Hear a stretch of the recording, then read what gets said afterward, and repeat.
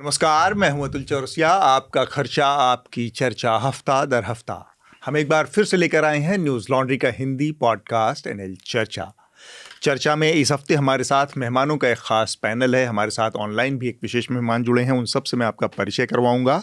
लेकिन उससे पहले एक खुशखबरी, और खुशखबरी ये है कि न्यूज़ लॉन्ड्री अपनी 14वीं सालगिरह मनाने जा रहा है 7 तारीख को, यानी कि कल 7 फरवरी को न्यूज़ लॉन्ड्री की स्थापना के शुरुआत के 14 साल पूरे हो जाएंगे। और इस मौके पर न्यूज़ लॉन्ड्री एक ख़ास कैंपेन चला रहा है, वी बिल्ड न्यूज़ लॉन्ड्री। हमने न्यूज़ लॉन्ड्री को बनाया, और इसमें सिर्फ वो लोग शामिल नहीं हैं जिन्होंने इसकी नींव रखी या जो इसके शुरुआती संस्थापक थे। इसमें वो तमाम साथी जो न्यूज़ लॉन्ड्री से इस दौरान जुड़े, वो तमाम पत्रकार, तमाम प्रोड्यूसर, और इन सब से आगे बढ़कर वो तमाम सब्सक्राइबर जिन्होंने बहुत छोटी छोटी रकम देकर 14 सालों तक एक ऐसे सपने को जिंदा रखा, चलाए रखा और सफल बनाया, जिसको कि मीडिया में अमूमन असंभव माना जाता है कि सब्सक्रिप्शन, प्योरली सब्सक्रिप्शन पर आधारित कोई मीडिया जिंदा रह सकता है, सर्वाइव कर सकता है, आगे बढ़ सकता है। न्यूज़ लॉन्ड्री ने वो कर दिखाया अपने सब्सक्राइबर।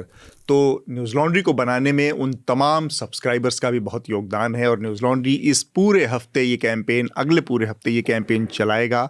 और इस मौके पर आपको जो विशेष फ़ायदा होने वाला उसकी जानकारी मैं दे दूं। पहली बात तो हमारे तमाम जो पॉडकास्ट हैं इस बार पेवॉल के बाहर रहेंगे, यानी कि चर्चा हफ्ता इस बार फ्री है, आपके लिए उपलब्ध होगा, सारे हमारे जितने भी न्यूज़ लॉन्ड्री के दर्शक हैं, श्रोता हैं, उन सब के लिए। तो इस मौके पर जब हम 14 साल पूरा कर रहे हैं, तब आपसे गुजारिश है, और इस लिहाज से ख़ास आप लोगों से गुजारिश है कि कल ही एक ख़बर आई अमेरिका से, और उसमें सामने आया कि दुनिया के एक बहुत प्रतिष्ठित अखबार वॉशिंगटन पोस्ट ने अपने 30% कर्मचारियों को, करीब 300 के आसपास ये बैठते हैं, 300 से थोड़ा कम, इन लोगों को बाहर का रास्ता दिखा दिया, जिसमें भारत में जो साउथ एशिया का इनका पूरा ब्यूरो था, पूरा ब्यूरो बंद कर दिया। और ये बात मैं इसलिए आपको बता रहा हूँ क्योंकि वॉशिंगटन पोस्ट के जो मालिक हैं जेफ बेजोस, दुनिया के सबसे धनी जो रिचेस्ट लोगों के लिस्ट में टॉप 4, 5, 6, 7 में उनमें शामिल व्यक्ति हैं, अरबपति हैं। और ये माना जाता था कि उनके हाथों में एक बड़ा अखबार, एक ऐतिहासिक हिस्टोरिकल अखबार बहुत सुरक्षित है, और उसके कर्मचारियों का भविष्य भी सुरक्षित है। पर ऐसा नहीं है, और उसकी वजह है क्योंकि वहाँ पर जो बैठा हुआ आदमी है उसके लिए उसका मुनाफा, उसका धंधा बाकी चीज़ों से ज़्यादा मायने रखती है। और उसकी वजह से और तमाम वजह रही होंगी जो, और हमने देखा कि एक झटके में इतनी बड़ी संख्या में पत्रकारों को नौकरी से हाथ धोना पड़ा और उनको बाहर निकाल दिया गया। पत्रकारिता, आपको लगता होगा कि एक बड़ी जो बिलियनियर लोग हैं या लेगेसी हाउसेज हैं जिनके पास बहुत सारा पैसा है, उनके हाथों, पर पत्रकारिता का मुख्य काम जो है पब्लिक इंटरेस्ट, वो चीज़ जाके एक जगह अटकती है। और वो आज की तारीख में उनके अपने जो अरबपतियों के अपने दूसरे हित हैं, इंटरेस्ट हैं, बिजनेस इंटरेस्ट हैं, क्रॉस ओनरशिप है, अलग अलग चीज़ों, उनसे कॉन्फ्लिक्ट पैदा है। इसलिए भी बहुत दिक्कत आ रही है। और उसका उपाय सिर्फ यही है कि अब पत्रकारिता कॉरपोरेशंस के और राजनीति के चंगुल से बाहर निकलकर आप लोगों के, यानी कि सब्सक्राइबर्स के दम से आगे बढ़े। उनके इसका रेवेन्यू मॉडल को बदलने की ज़रूरत है। न्यूज़ लॉन्ड्री ऐसा ही एक कोशिश थी, और 14 साल पहले शुरू हुई थी। आज न्यूज़ लॉन्ड्री आपके सामने है। न्यूज़ लॉन्ड्री में हमारी आपसे ये गुजारिश है कि जब हम 14 साल पूरा कर रहे हैं, तो पब्लिक इंटरेस्ट जर्नलिज्म को मजबूत करने के लिए, सब्सक्रिप्शन आधारित पत्रकारिता को मजबूत करने के लिए न्यूज़ लॉन्ड्री को ज़रूर सब्सक्राइब करें। हृदय, आप कुछ कहना चाह रहे थे, मुझे लग रहा है कि ये जो वॉशिंगटन पोस्ट के वाकये पर बहुत मुबारक पूरी न्यूज़ लॉन्ड्री की टीम को इस कामयाबी के लिए। और मैं भी इसका परिवार रहा हूँ, तो I can also say that I also took part, जो आपका स्लोगन है कि we build Newslaundry, I build Newslaundry. लेकिन जो आपने बात कही कि जो उद्योगपतियों के पास जब समाचार की संस्थाएं जाती हैं बड़े, और वो कामयाब, वो ये माना जाता है कि अब वो बहुत फ्लोरिश करेंगे क्योंकि उनके पास बहुत कैपिटल आएगा। ये एक व्यवहारिक सच हमने देखा है पिछले कुछ सालों में। इसके लिए हमें बाहर जाने की ज़रूरत नहीं है। देश के भीतर हमारे बड़े चैनल्स को बड़े बड़े उद्योगपतियों ने उनमें पैसा लगाया, उनका मालिकाना हक उनके पास है। और जब से, आज से नहीं, पिछले कई सालों से ये चल रहा है। और वो सब जगह आप देखिए कि जो एम्प्लॉयज़ हैं उनमें से एक लेयर को छोड़ के, जो बहुत ही मिनिस्किल होती है, मुश्किल से 2-3% लोग होते हैं, उनके अलावा बाकी सारे लोगों के या तो उनके सैलरीज कट हुई हैं या उन्हें रिट्रेंच कर दिया गया है। जी। और अभी का सबसे बड़ा उदाहरण मेरी पूर्व संस्था ही है, जिसमें एनडीटीवी में, जिसमें लोग, मेरे दोस्त बहुत खुश थे, मैं तो छोड़ चुका था उस वक्त जब अडानी का टेक ओवर था, और उनका खुश होना भी जायज़ था कि उन्हें लगता था कि अब तनख्वाहें बढ़ेंगी, बहुत समय से स्टैग्नेशन था। लेकिन हुआ उसका बिल्कुल उल्टा है। न केवल वहाँ लोगों को मतलब उनका कोई बहुत ऐसा अप्रिशिएट नहीं हुई सैलरीज, बल्कि बहुत सारे लोगों को, और काबिल लोगों को जिनको मैं जानता हूँ, उन्हें ईज आउट किया गया है जॉब छोड़ने के लिए। तो ये आपकी बात के तो 14 साल के इस मौके पर हृदेश ने जो बात कही उससे आगे बढ़ाते हुए हमने थोड़ा सा फॉर्मेट भी बदल दिया। सबसे पहले हम अमूमन अपने जो मेहमान है, हमारे जो साथी हैं, उनका परिचय करवाता हूं। तो मैं एक बार जल्दी से आपसे जो इस हफ्ते इस चर्चा के मेहमान और वक्ता हैं उनसे आपका परिचय कराऊं। हमारे साथ शार्दुल, आनंद और हृदेश जोशी, आप सब इन तीनों चेहरों से परिचित हैं और लगातार इनकी चर्चा हम सुनते रहे। इसके अलावा ऑनलाइन हमारे साथ यशवर्धन झा आज़ाद जुड़े हैं, और आप सब जानते हैं स्पेशल डायरेक्टर आईबी के रहे हैं, पूर्व आईपीएस अधिकारी रहे हैं, पहले भी चर्चा में आपने उनको सुना है। बहुत बहुत स्वागत है सर आपका चर्चा पे। Thank you. तो आज इस पैनल के साथ हम इस चर्चा को आगे बढ़ाएंगे। जो महत्वपूर्ण विषय हैं, जो सुर्खियां हैं, वो शार्दुल आपको बताएंगे। और आपको पता है 2-3 चीज़ें हुई हैं अमेरिका के साथ। जो टैरिफ का मसला था, ट्रेड डील थी, वो आगे बढ़ गई है। इसके अलावा लोकसभा में संसद का जब बजट सत्र चल रहा है, तब जनरल एमएम नरवा ने, जो रिटायर हो चुके हैं, उनकी किताब को लेकर काफ़ी एक चर्चा है। उस पर हम बातचीत करेंगे, जो हमारी आज की बातचीत का एक हिस्सा है। और साथ में इलेक्शन कमीशन, पश्चिम बंगाल सरकार के बीच में कोई चीज़ें चल रही हैं। तो शार्दुल जी। अतुल, तो जैसा अतुल ने आपको बताया, एक हेडलाइन तो उन्होंने पूरी तरह बता ही दी, वॉशिंगटन पोस्ट वाली, पर ये हफ्ता बहुत ज़्यादा खबरों से भरा रहा, तो मैं फटाफट पढ़ देता हूँ।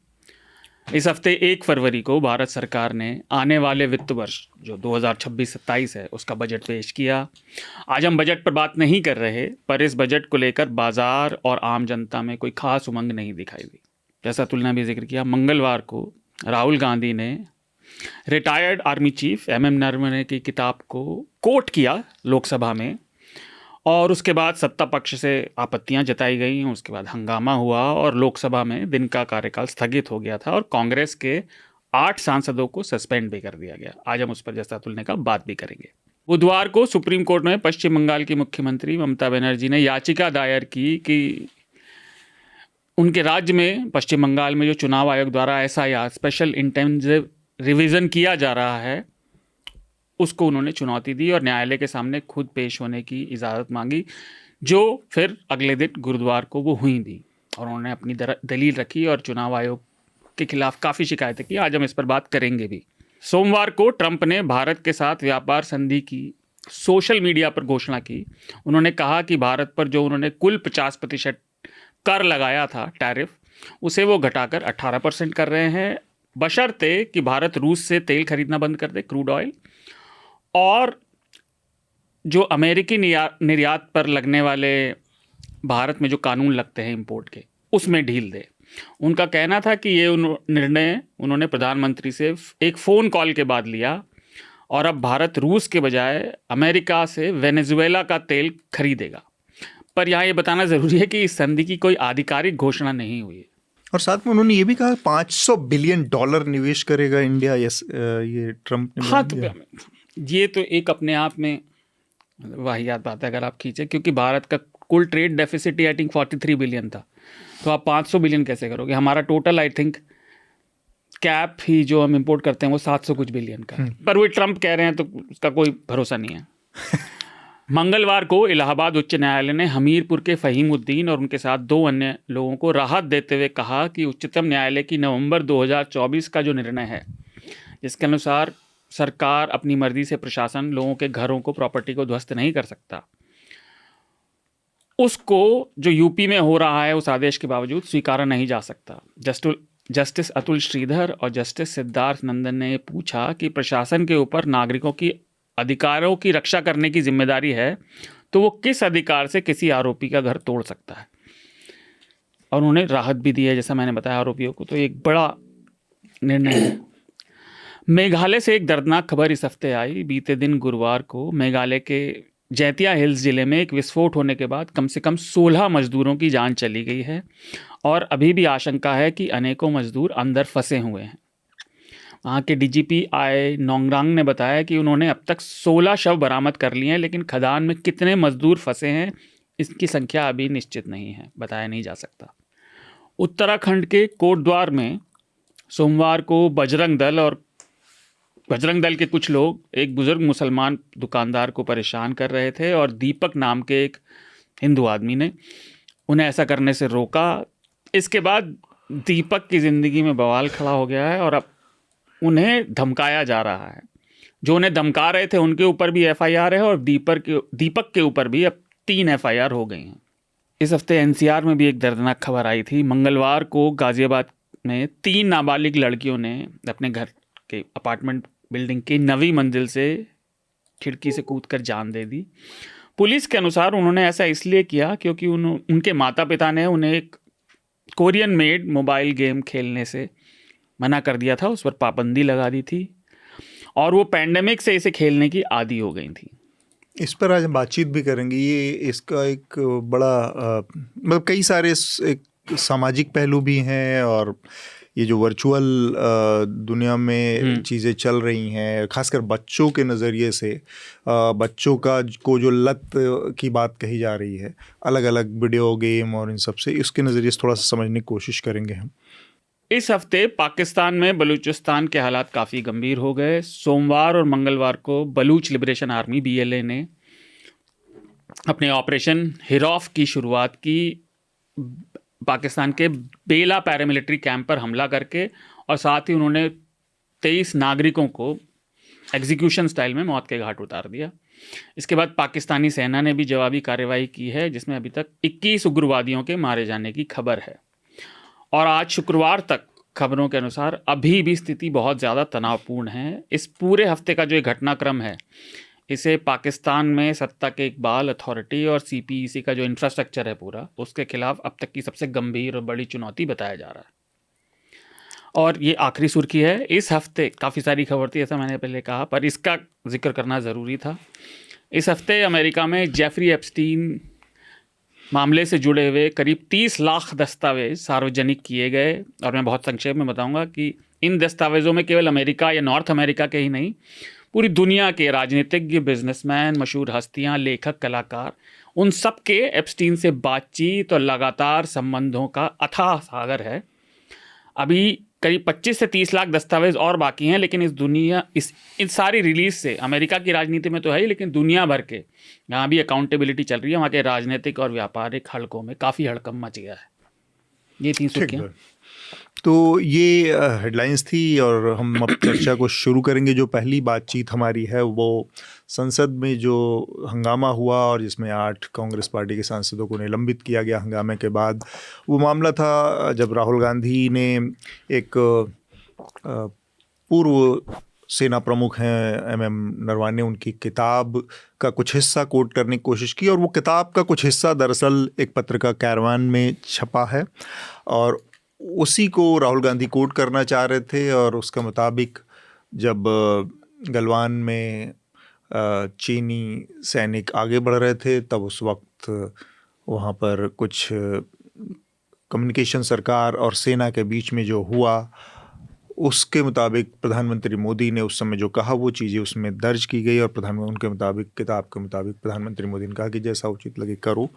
और इस चीज़ को राहुल गांधी रखना चाह रहे थे सदन में, लेकिन उनको नहीं रखने दिया गया। स्पीकर ने एक विशेष व्यवस्था दी कि, और उनका ये कहना था कि ये किताब प्रकाशित नहीं है और ये किताब वास्तव में अब तक भारत में प्रकाशित नहीं है क्योंकि इसको सरकार ने पब्लिश करने से रोक रखा है।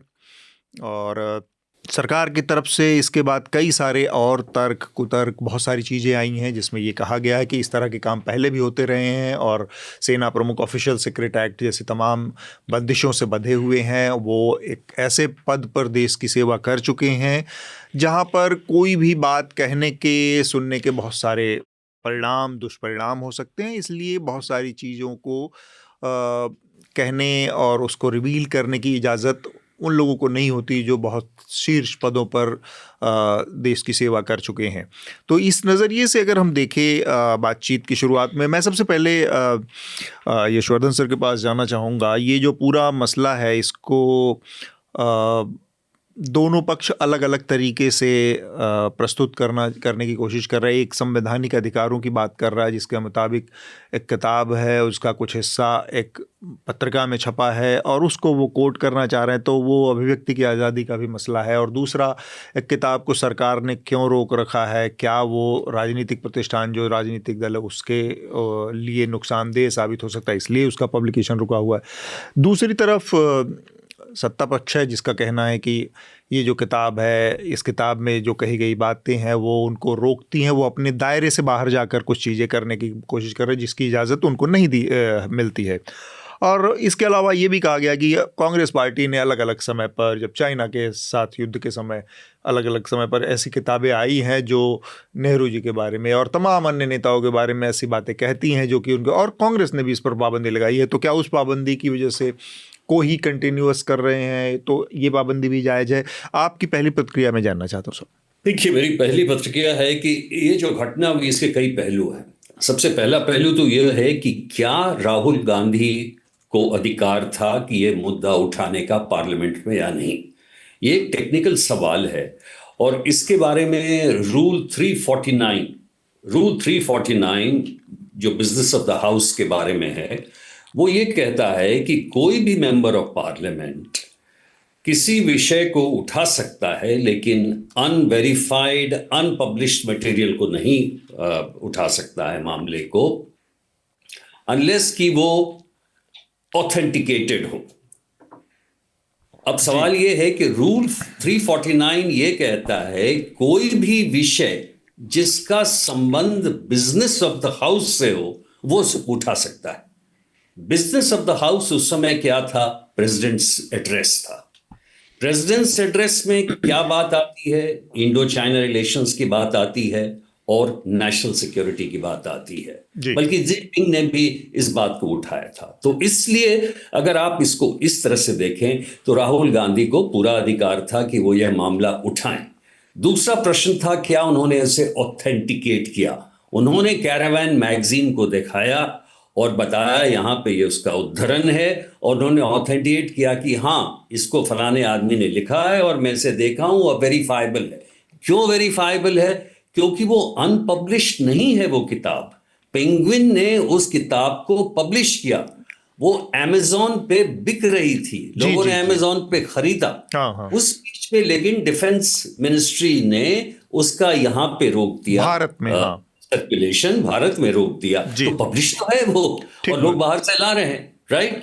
तो ये दोनों पॉइंट प्रूव हो गए। अब 1.5 साल में डिफेंस मिनिस्ट्री ने अभी कोई निर्णय नहीं लिया है क्या करना चाहिए उस किताब के बारे में, ठीक है? तो आपने पहली प्रतिक्रिया पूछी तो मैंने अधिकार के बारे में पूछा। अगर बाकी आप कहें तो बाकी मैं अभी बता दूं। जी, बिल्कुल आप अपनी बात पूरी कर लें। हाँ, दूसरी बात यह है कि इस चर्चा में क्यों रोका गया राहुल गांधी को। मैं समझता हूं कि ये चर्चा अगर होती तो ये इतनी रोचनीय होती कि पूरी जनता जो है वो वंचित रह गई एक ऐसे कारनामे के बारे में जिनको जानकारी नहीं मिली, जिसमें कि हमारी मिलिट्री ने अद्भुत प्रदर्शन किया था। और उसे इसलिए मुझे हैरानी हो रही है कि सरकार ने इस पर डिस्कशन क्यों रोका। सवाल क्या था? सवाल यह था, ये लोगों को आपके न्यूज़ लॉन्ड्री के थ्रू से श्रोताओं को मैं अवगत कराना चाहता हूं। सवाल ये था कि नरवणे साहब ने उस घटना का जिक्र किया जबकि पीएलए की टैंक्स बढ़ रही थी रेचिनला की तरफ। रेचिनला एक रिज है। जी। और इसका जो बैकग्राउंड है, गालवान पहले जून में हो चुका था और गालवान के बाद पूरी सेनाएं सतर्क थी दोनों तरफ। सबको मालूम है क्या हुआ था 20 में, आपने भी गालवान का जिक्र किया था। तो उस समय जब मामला बहुत ही संवेदनशील था आर्मीज दोनों तरफ की बिल्कुल ही चौकन्नी थी। दोनों देश के जो सत्ता पक्ष के दोनों तरफ से लोग थे वो इसके बारे में अवगत थे। उस समय गालवान की स्थिति तो तनावपूर्ण थी और क्या हुआ सबको मालूम है। उसके बाद पीएलए की फोर्सेस जो है, पीएलए की टैंक्स बढ़ रही थी रेचिन ला के तरफ।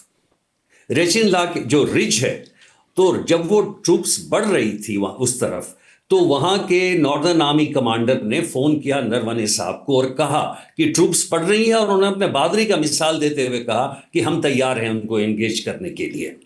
नरवणे साहब ने कहा कि रुकिए, पहले मैं पूछता हूं। नरवणे साहब इस बात को उनके दिमाग में था कि फायरिंग अभी नहीं करनी चाहिए, क्योंकि ये एक वॉर का डिसीजन लेना होगा या नहीं लेना होगा। उन्होंने डिफेंस मिनिस्टर को फोन किया, डिफेंस मिनिस्टर ने प्रधानमंत्री जी को फोन किया। इस बीच में करीब 1.5 घंटे गुजर गए, और 1.5 घंटे गुजरने के बाद उन्होंने ये कहा कि जो आपको मर्जी में आए वो आपकी, जो उचित हो वो आप करें। इस बात पे अब एक पक्ष ये कह रहा है, ऑपोजिशन ये कह रहा है कि लीडरशिप ने अपना रोल नहीं निभाया, स्पष्ट आदेश नहीं दिए, और सत्ता पक्ष के लोग कह रहे हैं कि नहीं, जो कहा गया सही कहा गया। अब मेरा इसमें विश्लेषण बड़ा स्पष्ट है कि देखिए, जब आप आर्मी कमांडर हैं, जब आप आर्मी चीफ हैं, तो आपको जो टैक्टिकल डिसीजंस हैं वो खुद लेने पड़ते हैं।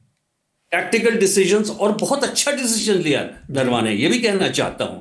कमाल की, जिसको हम कहते हैं कि माउंटेन रेंज टैक्टिक्स में उन्होंने अपने हैवी टैंक्स आगे बढ़ाए, वो बीडीएम टैंक से ज्यादा तेजी में, और उनके टरेट्स ठीक पीएलए टैंक्स के सामने कर दिए। और जब वो पीएलए के टैंक सामने आए, उन्होंने टरेट्स के सामने देखा तो उन्होंने विड्रॉल शुरू किया, क्योंकि वो मालूम था कि पीएलए टैंक अब अगर आगे बढ़ते तो वो सुसाइडल मूव होता। अब आप बताइए कि जब इतनी अच्छी आर्मी की गतिविधियां रही, आउटफ्लैंकिंग किया, इतना अच्छा निर्णय लिया, तो इस पर डिस्कशन करने से क्यों कतरा रहा है सरकार? तो एक टेक्निकल पॉइंट पे कि ये अनपब्लिश्ड है या नहीं है, क्या हो जाता अगर ये लोगों को तो मालूम है ही। मेरा तो बल्कि ये भी रुख है कि हेंडरसन जो पेपर्स हैं वो भी रिलीज कर देने चाहिए। एक प्रजातांत्रिक प्रणाली में लोगों को ये हक है जानना कौन सी ऐसी ऑपरेशनल चीज अभी लग गई है 30 साल के बाद या 40 साल के बाद जो कि जनता के इसमें नहीं आई। आपने बहुत अच्छी बात कही, हेंडरसन रिपोर्ट की बात की, तो वो भी अभी थोड़ी देर बातचीत में आएगी। एक बार मैं इन लोगों से भी बातचीत, एक बार इनकी प्रतिक्रिया ले लूँ। और शार्दुल, ये जो पूरा विवाद हुआ, इस पर आपकी क्या प्रतिक्रिया है? देखिए, इसे मैं थोड़ा सा अलग तरीके से देखता हूँ। राजनीतिक बात है, पर अगर आप इशू को कोर में देखें तो सरकार ने क्या किया। दिसंबर 2023 में पीटीआई में सबसे पहले एक्सेप्ट आए, उसके बाद और संस्थानों में आए, चाहे वो प्रिंट हो, इंडियन एक्सप्रेस हो, बहुत जगह आया, हिंदुस्तान टाइम्स में भी आया। लेकिन फिर बुक चली गई रिव्यू के लिए, और बुक लटकी हुई है 2 साल हो गए, जैसा यशोवर्धन जी ने भी कहा। और सरकार का, खासतौर से रक्षा मंत्री जी का संसद में क्या कहना था कि मुझे नहीं पता ऐसी कोई बुक एग्जिस्ट करती है नहीं, पर अगर करती है तो उसे आप कोट नहीं करते। मतलब मेरी गृह रक्षा मंत्री का इस तरह का चलता फिरता, बताइए, इतना आप ये देखिए कितना ये कैजुअल स्टेटमेंट देना, कैजुअल, ये गोल बयान है। सरकार क्लियर कर नहीं रही। भाई, अगर उस बुक में कुछ आपत्ति थी तो आप उस पे, वो एडिट हो सकता था ना, उसे कितना समय लगता है। जनरल नरवणे ने उसके बाद एक दूसरी फिक्शनल किताब लिख दी है जो पब्लिश हो भी चुकी है, तो ऐसा नहीं है कि काम हो नहीं सकता था। ये कौन नहीं जानता हिंदुस्तान में कि फाइलें कैसे लटकाई जाती हैं। वो ना पास हुई हैं, ना वो उन्हें रोका गया, वो बस लटकी हुई हैं। और इस पूरे डिस्कशन को रोकने का आधार ये था कि वो बुक तो पब्लिश नहीं हुई है, उसका एक्सेप्ट पब्लिश हो चुका, उसे हम मानेंगे नहीं, और पब्लिश कौन नहीं होने दे रहा? सरकार। तो जो शांति है, शांति इसके लिए सही शब्द नहीं है, ये चुप्पी को आप समझ लीजिए कि कुछ गड़बड़ हो सकती है। अरे वो होता है ना, नज नज विंक विंक, समझ लो, आगे बढ़ो, पूछो मत कुछ। रही बात लद्दाख की, तो यशोवर्धन जी से सभी एग्री करते हैं कि एक तो दूसरा कोई ऑपरेशन अब चल नहीं रहा।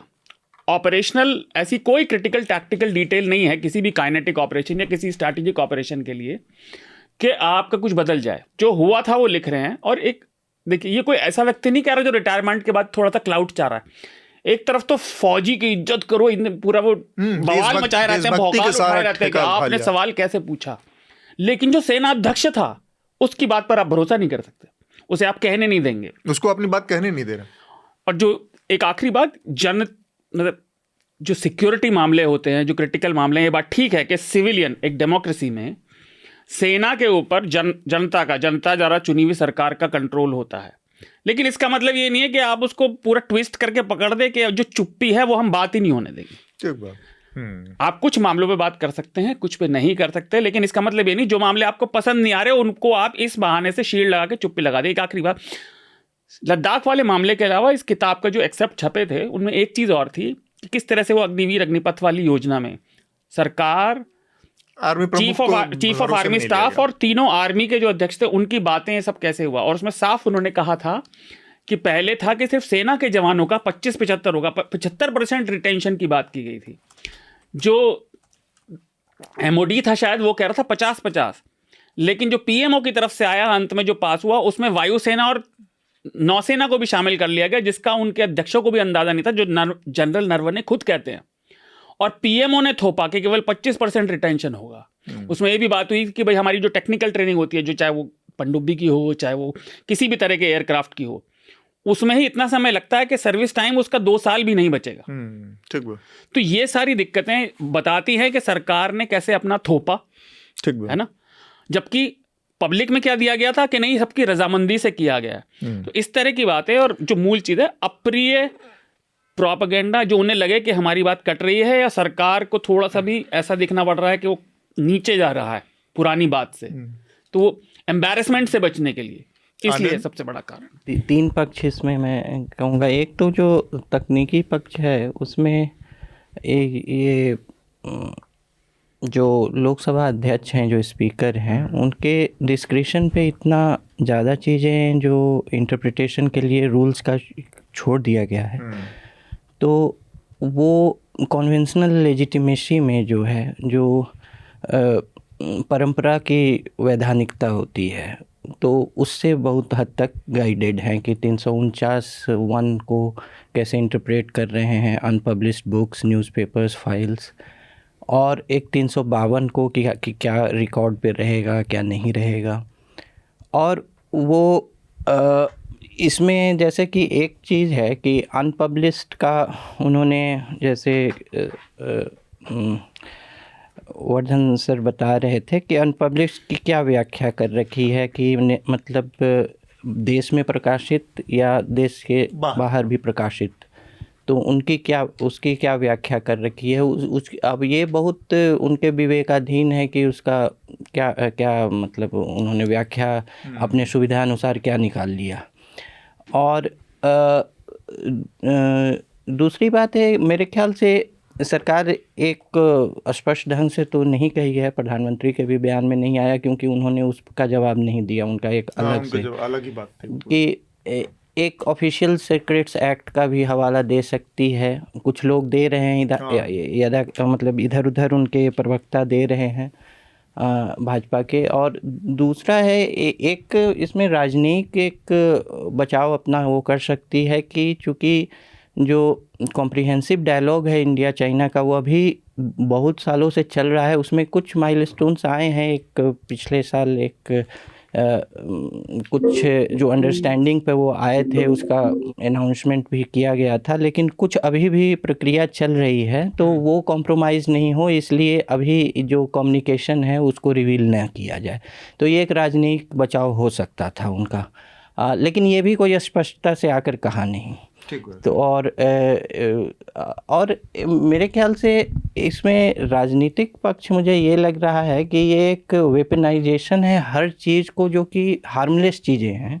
मेरे ख्याल से इस संवाद में प्रधानमंत्री भी कोई एम्बैरेसिंग सिचुएशन में नहीं आते हैं। एक बयान है कि अब बहुत लोग कहते हैं कि जिसको जिसका काम है, जो पॉलिटिक्स, मिलिट्री या पॉलिटिकल लीडरशिप, पुलिस लीडरशिप, इसका एक जो है डिवीज़न होना चाहिए, ये तो उनकी ऑपरेशनल कॉम्पिटेंसी उसमें है, उन कॉम्पिटेंस है, उनका कार्य क्षेत्र है, तो उन्होंने कहा जो उचित है करो। तो ये कोई बहुत एम्बैरेसिंग भी चीज़ नहीं है कि इसमें डिफेंड करना पड़े ये, लेकिन मेरे ख्याल से अब सरकार की ये जो मतलब आक्रामकता में एक बात आ गई है कि हर मोमेंट को का राजनीतिकरण कैसे करें। और क्योंकि मेरे ख्याल से संसद में लोग अब एक दूसरे सदस्य, और ये विपक्ष के साथ भी है, विपक्ष का कैपिटल दूसरा है, पॉलिटिकल कैपिटल इसमें, और रूलिंग पार्टी का, कि अब लोग एक दूसरे सदस्य को संबोधित नहीं करते हैं, वो बाहर की जनता को करते हैं, ऑडियंस को करते हैं, कि अब उनका ऑडियंस जो है दूसरे सदस्य नहीं है काइंड ऑफ थिएटर। हाँ, हर आदमी अपने अपने ऑडियंस के लिए प्ले कर रहा है। आनंद ने जो प्रकाशन वाली बात की, मैं छोटी सी बात करूँ तो प्रकाशित का तो देखिए ऐसा है, दिसंबर 2025 में यूनियन एनवायरनमेंट मिनिस्ट्री ने संसद में कहा था कि कोई भारतीय रिसर्च प्रूव नहीं करती कि एयर पोल्यूशन से मौतें भी होती। तो रिसर्च का तो ये एक 2014 वाले सत्र में पहला जो इस सरकार का जो चल रहा है 10 साल से ऊपर हो गया, पहले वाले 2014 की सरकार में भाजपा के कोई, मुझे नाम नहीं याद आ रहा, महाराष्ट्र के थे एमपी, उन्होंने कहा था ये कोई भारतीय रिसर्च प्रूव नहीं करती कि बीड़ी से लंग कैंसर होता, तो क्योंकि उनकी बीड़ी की फैक्ट्रियां थी। तो ये तो सेलेक्ट एंड चूज है ना, ये किताब एग्जिस्ट करती है जब सरकार को मना करना उसके लिए करती है, रोक लगाने के लिए, लेकिन डिस्कशन के लिए नहीं करती। मेरे ख्याल से एक नेवी के एडमायरल की भी किताब जो है डिफेंस मिनिस्ट्री के रिव्यू में है, वो भी नहीं प्रकाशित हुई है, मैं नाम भूल रहा हूँ, एक नेवी के अधिकारी हैं, उन्होंने भी किताब लिखी है जिसमें कुछ विवादास्पद अंश हैं उसके, और वो भी होल्ड पर है अभी एक। ठीक। हृदय, आपकी पहली प्रतिक्रिया, और साथ में हेंडरसन वाली रिपोर्ट, जो कि आपने उसको पढ़ी है थोड़ा उसको, तो अब उसमें मैं इसमें ताकि हाँ हम और भी आगे। हेंडरसन वाला मामला जिसका यशोवर्धन जी ने भी जिक्र किया कि उनको क्यों नहीं क्लियर, उनको भी पब्लिक कर ही देना चाहिए, और सही बात है, उन्होंने जो बात कही उसको लेकर मैं ये कहना चाहता हूँ कि जो केंद्रीय मंत्री किरण रिजिजू ने बयान भी दिया और ये कहा, और आप इस चर्चा से पहले हम बात कर रहे थे, निशिकांत दुबे का आपने जिक्र किया को उन्होंने किताबें लाकर सरकार पर, विपक्ष पर जो हमला करने की कोशिश की, तो मैं केवल अपनी बात सीमित रखता हूँ कि जो किरण रिजिजू ने जो बयान दिया उसमें उन्होंने आज के हाईली पोलराइज्ड माहौल में बातें जो हैं वो ऐसे कही जाती हैं जिनमें सच तो होती हैं लेकिन आधा सच होता है। तो किरण रिजिजू का जो ट्वीट था या जो बयान उनका था, मैंने टेलीविजन पे तो नहीं देखा, बस उनका जो ट्विटर पे बयान था उसमें उन्होंने कहा कि ever since 1962 the Henderson Brooks Bhagat commission report have remained top secret and that report severely indicted the Nehru government for the humiliating defeat of Chinese PLA। अब इसमें तथ्य क्या है, ये बात पूरी तरह से गलत नहीं है और ये बात पूरी तरह से सही भी नहीं है। आंशिक रूप से गलत तो ये जरूर है, और आंशिक रूप से गलत है, लेकिन इसका प्रभाव जो है, पॉलिटिकल जो प्रोजेक्शन है, वो बहुत आगे जाता है। हेंडरसन ब्रूक्स भगत रिपोर्ट जो है वो भारतीय सेना की एक आंतरिक परिचालन समीक्षा थी, ठीक है। 1962 में भारत चीन युद्ध के घटनाक्रम और भारतीय सेना के जिसमें पराजय की जो बात कही जाती है उसके विश्लेषण किया गया था, और इस जो कमीशन को, जिसमें कि लेफ्टिनेंट जनरल TB हेंडरसन थे, ब्रूक्स थे, और ब्रिगेडियर प्रेमन सिंह भगत, इन दोनों के जो ये कमेटी थी जिसने ये रिपोर्ट की, इसे 1963 में बनाया गया था। और ये कहना यहां पर तक बात, और अभी तक ये ऑफिशियली जो है रिलीज नहीं है, ये बात बिल्कुल सही कह रहे हो, लेकिन इस तरह से कहा जाना कि उसके बारे में किसी को पता ही नहीं है, और मैं उससे आगे की बात बताऊंगा। 2014 में ऑस्ट्रेलियाई पत्रकार जो थे नेविल मैक्सवेल, उन्होंने इसके अंश छापे, और जब मैं भारतीय पत्रकार जो डिफेंस कवर करते हैं, बहुत जिम्मेदार पत्रकार हैं, उन्होंने हम कहा कि ये बात हमारे पास भी थी, पर हम पब्लिश, क्योंकि हर अखबार का एक एडिटोरियल कॉल होता है, उन्होंने उसे प्रकाशित जैसे ही उन्होंने किया तो उनके पास भी, तो बाकी पत्रकारों ने भी प्रकाशित किया, इंडिया के अखबारों में भी प्रकाशित हुई। तो ये कहना कि वो अनऑफिशियली पता नहीं थी, ये बात गलत है। अब इसमें सबसे इंपॉर्टेंट बात यह है कि 1960 के दशक में जब ये बात आई, तब से लेकर आज तक केवल कांग्रेस की सरकार नहीं रही है, अलग अलग सरकारें रही हैं, और सभी सरकारों की ये एक नीति रही या उनकी पोजीशन रही कि इसको ओपन नहीं करना चाहिए। उसमें बीजेपी की सरकार भी थी, और उसका सबसे बड़ा उदाहरण मैं आपको अगर दे सकूं तो मार्च 2014 में अरुण जेटली जी क्या कह रहे हैं हाउस में, ये हमें सुनने की जरूरत है, इसी के बारे में, जब मैक्सवेल की रिपोर्ट आई, और उन्होंने ये कहा है, अगर मैं इसको पढ़ सकूं, मार्च 2014 की बात है ये, और उन्होंने कहा है, ये काफ़ी लंबा आंसर है, मैं इसको सिर्फ बता रहा हूँ, however to keep these documents top secret indefinitely may not be in larger public interest. 2014 में अरुण जेटली साहब ने ऐसा कहा, लेकिन जुलाई 2014 में जब उनकी सरकार बन गई तो उसके बाद ये प्रेस रिलीज है, ये PIB का प्रेस रिलीज है, जिसमें लास्ट लाइन क्या लिखी गई है, further release of this report fully और पार्शियली और disclosure of any information related to this report would not be national interest. ये सरकार है 2014 की, और इसमें डिफेंस मिनिस्टर अरुण जेटली यही बात कह रहे हैं, जिन्होंने कुछ महीने पहले इसको पब्लिक करने की बात की थी। तो आजकल क्या है, जो बात हम आगे करने भी वाले हैं, एक अनफॉर्चुनेट घटना जो गाजियाबाद में हुई है, आजकल quick dose of social media का जमाना है, और उसमें आपको जिसकी पॉलिटिकल आइडियोलॉजी से जो बात मेल खाती हुई और उसको स्टिमुलेट करती हुई मिल जाती है, वो उसको, और इसमें बहुत जिम्मेदार लोग शामिल हैं, विपक्ष के बड़े नेता शामिल हैं, मंत्री शामिल हैं, वो उसको न केवल ट्वीट करते हैं बल्कि उसको हिलाते भी हैं। हमको थोड़ा ठहर के अगर हम अध्ययन करें तो हमें पता चलती है उससे बात कि जो हेंडरसन रिपोर्ट की बात की जा रही है, और जिसके लिए अभी आज़ाद साहब ने भी कहा और हम सब कहते हैं कि ऐसी चीज़ों को आप हमेशा के लिए अंदर नहीं रख सकते, उसके बारे में सरकारों की irrespective of party line there is position जिसमें वो नहीं करना चाहते थे, और 2014 में पहली बार जब ये रिपोर्ट आई उसके बाद वो पोजीशन चेंज हुई है। ठीक बात है, और ये भी इसलिए भी महत्वपूर्ण है क्योंकि इसको निरंतरता में देखने की जरूरत है। सरकार दर सरकार इस तरह के सेंसिटिव मुद्दों को कैसे देखती है, और जब इस तरह के ब्राउनी पॉइंट्स के लिए या कोई विवाद खड़ा हो जाता है तब उसका रुख एकदम बदल जाता है, अलग हो जाता है। 3 बार से पिछले प्रधानमंत्री मोदी जी हैं, और तब भी उन्होंने इसको जारी नहीं किया ऑफिशियली, जो कि उनका ही, जो रिजिजू का जो ग्रज है कि अभी तक टॉप सीक्रेट है, उनके पास पूरा मौका था। तो मेरा अगला सवाल थोड़ा सा इसमें जो चीज़, जो आनंद ने जिस बात का जिक्र किया, जो प्रधानमंत्री के कोर्ट का जिक्र किया है, आज़ाद साहब ने भी कहा कि प्रधानमंत्री ने ये कहा कि जो उचित लगे वो करो, और ये 1.5 घंटे का वक्फा गुजर गया इस दौरान, और उन्होंने एक बार राजनाथ सिंह को किया, वो ब्लैंक चला गया, फिर दोबारा किया, फिर उन्होंने 1 घंटे बाद रिप्लाई किया, और फिर प्रधानमंत्री से बात करें, जो भी हुआ। तो एक तो इतना टाइम, और दूसरा जो डर की बात आप करते हैं कि इसमें ऐसा नहीं कि कोई बहुत ज़्यादा, लेकिन ये जो सिंगल सेंटेंस है ये ओपन टू इंटरप्रिटेशन है, डिफरेंट टाइप इंटरप्रिटेशन हो सकती है इसकी।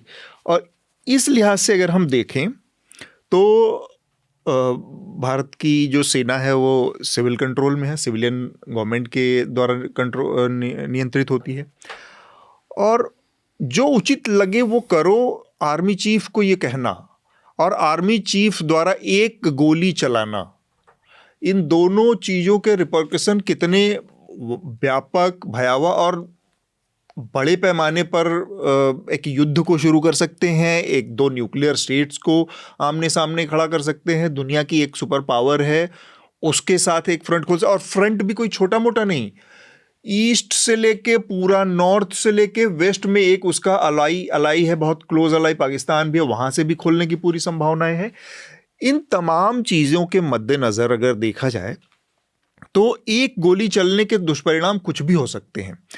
ऐसे में बजाय ये कि जो कुछ लगे, ये अपने आप में ये भी मैसेज दे सकता है कि सिविलियन लीडरशिप एक तरह से क्लूलेस है, या प्लान बी, या उसके पास आइडिया नहीं है, या उसके वो पूरी तरह से मतिभ्रम की भी शिकार है कि एक संकट सामने आ गया, कैसे निपटना उसके समझ में नहीं आ रहा है। आर्मी चीफ की तरफ से प्लान ए, हमारे पास प्लान 1 ये है, हम ये कर सकते हैं, हम ये कर सकते हैं, हम ये कर सकते हैं, ये 3 ऑप्शंस हमारे पास है, 4 ऑप्शंस हमारे पास हैं।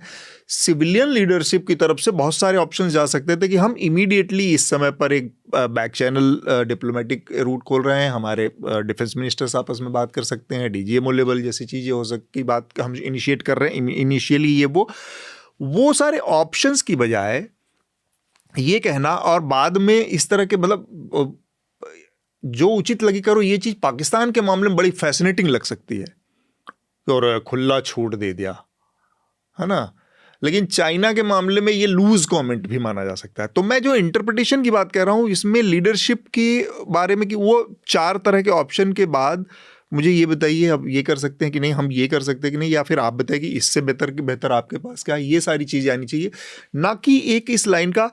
आई एम श्योर ऐसा भी हो सकता है कि इस बीच में और भी बहुत सारी बातें हुई हों जो कि नरवणे साहब ने अपनी किताब में ना लिखी हो, और भी बहुत सारी बातें हुई हों। तो वो सारी चीज़ों को संज्ञान में रखते हुए एक सरकार जिसने अपनी छवि निर्मित कर रखी है, एक कल्ट बना रखा है एक व्यक्ति के इर्द गिर्द, उसके लिए ये डैमेजिंग भी हो सकता है।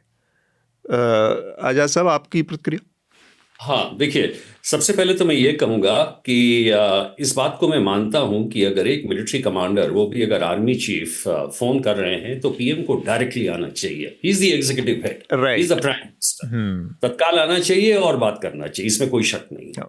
और दूसरी बात यह भी कहूँगा कि हर जगह डिफेंस मिनिस्टर्स जो हैं, अब यहाँ पे एक अजीब सा प्रचलन आया है कि डिफेंस मिनिस्टर को भी 25 साल रहना है, फाइनेंस मिनिस्टर को भी 20 साल रहना है। ये पता नहीं क्या, ये ब्यूरोक्रेसी हो गई है शायद आईएएस और आईपीएस ऐसी। तो मैं तो पहले ही समझता हूँ कि डिफेंस मिनिस्टर एक तरह का ऐसा ओहदा है जिसमें कोई अलर्ट, अजाइल, एक ऐसा व्यक्ति हो जो दौड़ भी सके, चल भी सके, स्मार्ट भी लगे, आर्टिकुलेट भी हो, वैसा होना चाहिए। अब वो ज़माना गया कि जो सबसे जो थके हुए बुढ़े हैं, बड़े पुराने हैं, 60 साल के, उनको पढ़, तो बड़ा फर्क है। क्योंकि मैं तो ये समझता हूँ कि अगर कोई अजाइल ये डिफेंस मिनिस्टर रहता, वो डायरेक्टली बता देता उसी समय आर्मी चीफ को कि भाई सेनाएं दोनों तरफ लगी हैं, तैयारी लगी हुई है, आपको मालूम है क्या सिचुएशन है, you should do what you are here. एक चीज़ और बताना चाहता हूँ, आर्मी कमांडर्स हों, हम जब एसपीज जिले में भी रहते हैं, हम थोड़ी हर चीज़ में निर्णय के लिए ढूंढ रहे हैं ऊपर, नहीं। हमने तो सबसे भयानक जो लाठीचार्ज किया वो सीधा किया बिना किसी से पूछे, जिसमें कि 100 लोग घायल हुए। और जब फायरिंग की हमारे सब इंस्पेक्टर ने, तो हमने अपनी जिम्मेवारी ली। तो देखिए, आप आर्मी चीफ जब हैं, उस समय आप ये बात नहीं कर सके कि सिविलियन हमें बताएगा, नहीं। एक चीज़ और बताता हूँ आपको कि ठीक उसके पहले, ये रेचिन ला की बात हो रही है, मैं कैलाश रेंज की बात कर रहा हूँ। कैलाश रेंज के तरफ भी पीएलए की जो टैंक्स हैं वो इसी तरह आगे बढ़ के आ रही थी। महा रेजिमेंट वहाँ पे थी। महा रेजिमेंट से मुझे लगाव है क्योंकि मैं जब सागर में एसपी था तो वहाँ महा रेजिमेंट का हेडक्वार्टर्स हुआ करता था। तरलोक सिंह साहब थे वहाँ। तो एनीवे, महा रेजिमेंट ने जब वो पीएलए के टैंक्स वापस नहीं हुए, उन्होंने और पीएलए टैंक्स ने फायर किया। जो लोग बोलते हैं ना कि फायर नहीं हुआ, फायर किया उन्होंने, 2 फायर किए, और उसका जवाबी फायर किया बिना पूछे महा रेजिमेंट के टैंक्स ने, और वो पीएलए के ट्रूप्स वापस लौट गए। समझे कि नहीं? तो मेरा ये कहना है कि जब आप आर्मी चीफ हैं तो आपको ऐसी स्थितियों के लिए तैयार रहना होगा। हो सकता है कि प्राइम मिनिस्टर बाथरूम में थे, हो सकता है प्राइम मिनिस्टर कहते हैं किसी ऐसे मीटिंग में थे, संवेदनशील में थे कि वो बाहर नहीं आ सके, हो सकता है उनका मैसेज भी कन्वे नहीं किया गया, ऐसी चीजें होती हैं। तो जो भी हो, बहरहाल जो भी हो, ये बात सही है, तो पहले मान रहा हूं कि अगर कोई भी और प्राइम मिनिस्टर वो डायरेक्टली फोन पे आएगा, yes, what is the problem, और वैसा ही डील करेगा। राइट। अरे मानिक शॉ रहते तो थोड़ी रुकते ये सब के लिए, he would have taken action, क्योंकि इन्होंने लिया और बहुत ही अच्छी तरह से लिया। दूसरी और कुछ और बातें भी है कि मैं इस बात से मानता हूं कि 80% ऐसी चीजें हैं जिस पे सरकार आसानी से चर्चा कर सकती है। वही चीज मैंने महसूस की जब मैं केंद्रीय सूचना आयुक्त था। एक अजीब सी प्रथा है, इसका जवाब इसका तो नहीं दे सकते, इसका तो बड़ा मुश्किल है भैया, हो नहीं सकता, और ये तो कभी नहीं हो सकता। मतलब ये एक धारणा बन गई है। सूचना जो act, right to information act बना था, उसको कहते हैं सनशाइन लेजिस्लेशन जी, क्योंकि वो एक ऐसा कानून था जिसने कि सारे लोगों को बिल्कुल ही ऊर्जावान कर दिया था कि भाई सारी जानकारी हमें मिलनी चाहिए। और मैं ये देखता था कि 90% जानकारी जो आसानी से दी जाती है वो ये नहीं देना चाहते थे। तो वही चीज यहां पे हुई है, और ऐसे अपॉर्चुनिटी वो बार बार मिस भी कर रहे हैं। तीसरी बात, आजकल के जमाने में ओबामा खुद अपनी किताब, इतनी 700 पेज की किताब में लिख रहे हैं सबसे सेंसिटिव डिटेल जो बिन लादेन ऑपरेशन का था, उन्होंने 30 पेज में पूरा सब कुछ लिख दिया। कैसे वो कहते हैं एयर रेडार के नीचे निकले, कौन से हेलीकॉप्टर्स यूज हुए, कहां से उनको ट्रेनिंग, एवरीथिंग। और यहां पे हम ये भी बताने को तैयार नहीं है कि उन्होंने खाकी कलर पहना था यूनिफॉर्म का। तो ये जो धारणा है, ये जो कल्चर है, इसको चेंज करना बहुत मुश्किल है। बिल्कुल ठीक बात। आनंद, ये जो इंटरप्रिटेशन वाली बात है, इसमें जो डर तो लगता ही है ना, पॉलिटिकली आजकल हर चीज़ में टांग खिंचाई शुरू हो जाती है, और वो उधर से कहा जा रहा है कि ये डरपोक हैं, इधर से कहा जा रहा है नहीं छप्पा नहीं चाहिए। तो इन सब चीज़ों में ये सेंटेंस बहुत ओपन है ना आग लगाने के लिए। नहीं, इसमें ये भी है कि मतलब फाइनल मैसेजिंग किया गया, जैसे कि वो जो all is well that ends well, अगर उस जो मिलिट्री कॉन्फ्रंट्रेशन है, फुल स्केल वार तो नहीं, या जो भी था उसका परिणाम जो है बहुत ज़्यादा जैसे डिजास्ट्रस होता तो और तब वो एक दूसरी स्थिति होती। लेकिन अब वो है ना कि अगर परिणाम अच्छे हो गए, जैसा कि सर बता रहे हैं कि भारत ने अच्छा जवाब दिया और जो भी उसके संसाधन थे, कम से कम बुरा तो कुछ नहीं हुआ, तो फिर उसमें ये जो उनका बयान था, जो उचित लगे करो, वो उस संदर्भ में इसको सरकार रख सकती थी कि हमने जो है, और क्या वो जो जैसे मिलिट्री लीडरशिप का पॉलिटिकल एग्जीक्यूटिव हेड हो और डिसाइड करे एक माइन्यूट डिटेल्स को कि ऐसा करो या नहीं करो। तो अब वही है, हाँ, इंटरप्रिटेशन की तो चीज़ है कि कैसे रखें। हमने जो कैपेबल आदमी था उसको एम्पावर किया कि जो हेल्प करो, decision making on the spot, तुम जानते हो सिचुएशन, अच्छा वो करो। एक इंटरप्रिटेशन एक है। एक ये है कि इनडिसीजन का जो है, आप में डिसीजन मेकिंग कैपेबिलिटी नहीं है, आप प्रेशर में जो है आप कोई डिसाइसिव स्टेप नहीं ले पा रहे हैं, ये भी एक इंटरप्रिटेशन हो सकता है। ठीक बात। हाँ, मैं अतुल एक बात कहना चाह रहा था, अपनी पहली वाली बात को पूरा करना है मुझे। वो ये कि अभी का जो एटमॉस्फेयर है, जहाँ पर कुछ भी कहने को, अगर मैं कोई आलोचना वाली बात कह रहा हूँ तो इसका मतलब ये भी है ना कि उस आलोचना से हम सीख भी सकते हैं आगे के लिए। ठीक है, जैसे अभी जो हमारा सबसे ताज़ा जो कन्फ्रंटेशन पाकिस्तान के साथ हुआ है, उसके बाद अगर कल मैं एक फेसबुक पोस्ट लिखूँ या मैं कोई आर्टिकल लिखूँ जिसमें कहें कि, या कोई जानकार ऐसा आर्टिकल लिखे, मेरा वो क्षेत्र नहीं है, कि हमारा एयर डिफेंस सिस्टम जो है उसको ज़्यादा मजबूत किए जाने की ज़रूरत है, क्योंकि कई बातें ऐसे निकल के आई हैं जिससे लगता है एयर डिफेंस सिस्टम उतना मजबूत नहीं है, तो ये कोई देश के खिलाफ वाली बात नहीं है। बिल्कुल, इस पर बात खुल के होनी चाहिए और उससे सीखने की ज़रूरत है, क्योंकि आजकल जो चीज़ें जनता को पता नहीं है वो चाइना को तो सब पता है। उनका जो सर्वेलेंस सिस्टम है और उनकी जो टेक्नोलॉजिकल एडवांसमेंट है, हम उससे तो इनकार नहीं कर सकते हैं। उसके पास कितना ज़्यादा टेक्नोलॉजिकल एज है, उससे लड़ने के लिए आप सिर्फ आर्मी की ताकत पर भरोसा नहीं कर सकते। आजकल की जो लड़ाई है वो एयरफोर्स और टेक्नोलॉजी पर ज़्यादा हो रही है। जो महत्वपूर्ण बात छूट गई थी रिजिजू के बयान में, मैंने आंशिक सच वाली बात है, जो उनकी बात पूरी तरह से गलत है उस ट्वीट में, जिसमें वो कहते हैं कि जो रिपोर्ट है, जो हेंडरसन ब्रुक्स भगत रिपोर्ट जो है, वो कहते हैं कि severely indicted the Nehru government for humiliating defeat of the Chinese. उस रिपोर्ट का जो कार्यक्षेत्र था, जो परिचालन समीक्षा की जो प्रकाशित भागों में जवाहरलाल नेहरू या कृष्णा मेनन जैसे राजनीतिक नेताओं का नाम आधिकारिक तौर पर है ही नहीं, क्योंकि उसका काम मिलिट्री ऑपरेशंस की समीक्षा करना था।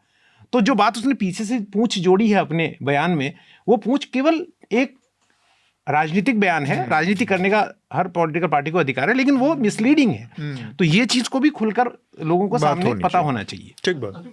हाँ, तो छोटी छोटी बात मैं कहूँगा, एक तो जो सबने कही उससे जुड़ी, जो मुझे आई दिनेश ने भी बोला, पहला तो राष्ट्रीय सुरक्षा से जुड़ी चिंता है ना, कि इस तरह का बहुत बार दिया था, इसमें तो फिर भी कम दिया जा रहा है इस प्रकरण में, पर आमतौर पर राष्ट्रीय सुरक्षा का हवाला बहुत देते हैं। पर अब ये देखो, ये सिचुएशन अगर आप ये देखो, जो गोल चक्कर में पहले कह रहा था, राष्ट्रीय सुरक्षा से जुड़ी कोई सच बात, जो कोई, वही मैं कह रहा हूँ ना, कोई छोटा मोटा आदमी ऐसे नहीं कह रहा कि भाई बैंक का आदमी रिटायर होने के बाद थोड़ा मजा लेना चाह रहा है, वो नहीं, वो सेना अध्यक्ष थे। वो हकीकत तभी मानी जाएगी जब सरकार ऑथराइज कर देगी। वो अपना एक्सपीरियंस भी नहीं लिख सकते।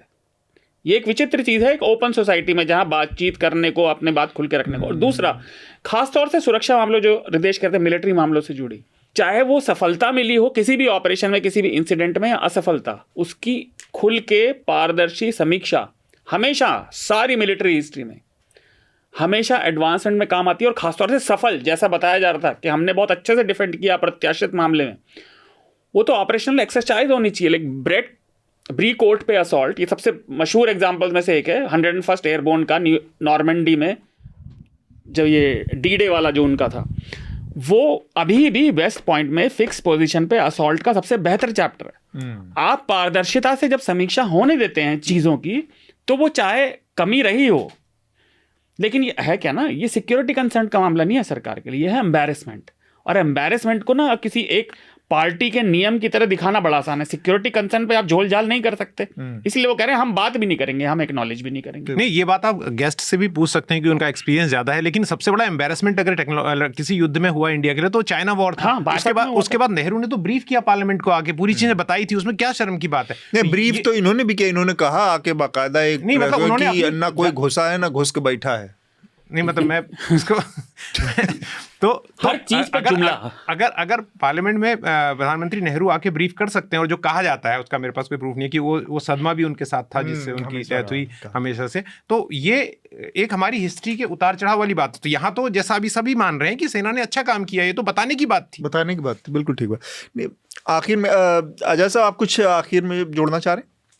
हाँ, पहली बात तो मैं ये कहना चाहता हूँ कि देखिए, अगर आप चीन इंडो चाइना वॉर जो नेहरू जी के समय में हुआ, बहुत अच्छी बात उन्होंने कही, शार्दुल साहब ने बहुत अच्छी एक बात कही कि एक बात तो ये है कि उस समय पूरी चर्चा हुई, भाई मैदान में तो योद्धा ही गिरते हैं। हाँ। और कभी कभी बड़ी से बड़ी सेना और ताकतवर राजा भी हार जाते हैं लड़ाई में। भाई हारते हैं तो हारते हैं, इसमें क्या फर्क पड़ता है। तो अगर चाइना का वॉर हमने हारा तो हमें मालूम है हम किस लिए हारे। हमारे जनरल्स वीक थे, वो क्या थे, वो जो कश्मीरी कौल साहब थे उनको बढ़ा दिया गया था। ठीक है, हो गई बात, खत्म हो गई। ऐसे कई अपॉइंटमेंट्स होते हैं। तो मेरा ये कहना है कि वो हेंडरसन पेपर्स ही बिल्कुल उसको ये करना चाहिए, जैसा कि ये कह रहे थे कि भाई इसी से तो हमें सीख मिलती है, they should be the case studies. और उसी तरह ये वाला होना, ऑपरेशन सिंदूर को जैसे अब पढ़ाया जा रहा है और इतने ज्यादा उसके बारे में भाषण दिया जा रहा है, उस समय भी आपने देखा होगा कि एक अजीब सा ये था कि हम ये नहीं बताएंगे कितने प्लेन गिरे हैं। अरे आप बता दीजिएगा तो क्या क्या देश खिलाफ हो जाएगा आपके? बिल्कुल नहीं होगा। और लड़ाई है तो कुछ तो होगा ही नुकसान। अब बिल्कुल, लड़ाई में तो कहते हैं मैदान जंग में तो गिरेंगे ही ना सिपाह सलार। तो अगर वो 3 गिरे 4 गिरे, हाउ डज इट मैटर? जीत तो गए ना हम लड़ाई, ये बात जरूरी है। तो ये एक बड़ा ही दुर्भाग्यपूर्ण एक ऐसा और ऐसी स्थिति पे हम आ गए हैं जहां पर कि अब निराकरण भी इसका बहुत मुश्किल है, क्योंकि इस मुद्दे पे दोनों अड़े रहेंगे और यहीं पे बात खत्म हो जाएगी। मैं आखिर में बस इसमें एक चीज़ जोड़ना चाह रहा हूँ, ये जो सरकार है ना, ये इतिहास में बहुत जीती है और इतिहास के उदाहरणों को बड़ा हर मौके पर पेश करती रहती है। और तो विजय के तौर पर भी बहुत सारी, हारा तो पोरस भी सिकंदर से था, लेकिन उसको बहुत बढ़ा चढ़ाकर और इतिहास में एक बड़े गर्व के क्षण के रूप में, एक ऐतिहासिक मौके के रूप में पेश करते हैं, यही लोग हैं। तो हारे चाइना से भी 62 के लड़ाई में भारत के लोग, लेकिन ये बात ये नहीं है कि हारे जीते वहाँ से हमने सीखा क्या, ये महत्वपूर्ण है। हर लड़ाई, हर जीत से, हर हार से। और दूसरी जो चीज़ इसका एक पहलू है वो मैं कहना चाह रहा हूँ बस ये कि आप हर मौके पर, हर कदम पर देशभक्ति का, सीना पीटने का और जज्बे का ये जुमले फेंकते रहते हैं। और वो आदमी इस देश में अपनी किताब पब्लिश नहीं कर पा रहा, या वो लोगों को उपलब्ध नहीं उस आदमी की किताब जिसने सबसे टॉप पोस्ट पर सेना के देश की सेवा की है। उसकी किताब को आप रोक के बैठे हुए हैं, 2 साल से करीब रोक के बैठे हुए हैं। ये अपने आप में इतनी शर्मनाक बात है कि सेना प्रमुख से ज़्यादा, उससे ज़्यादा बड़ी कौन सी पोस्ट है जहाँ पर देश की सेवा आदमी करता है? वो एक छोटा सा, चाहे सैनिक हो चाहे सेना का वर्ग, लेकिन उसने किया है। तो लोग जो मंचों पर, जुमलों पर और सड़कों पर रैंट और जुमलेबाजियां करते रहते हैं, उनको थोड़ा सा इन सब चीज़ों को भी देखना चाहिए कि ये कहीं ना कहीं फिर वो एक बड़ा अपमानजनक रवैया भी है उन लोगों के लिए जिनके नाम पर आप देशभक्ति और इसकी राजनीतियाँ चमकाते रहते हैं। आखिर में यही बात मुझे कहते हैं, और हम हमारा जो अगला विषय है उस पर हम बढ़ना चाहेंगे। अमेरिका के साथ जो ट्रेड डील थी, अब उस पर थोड़ा सा स्पष्टीकरण आता दिख रहा है, और अब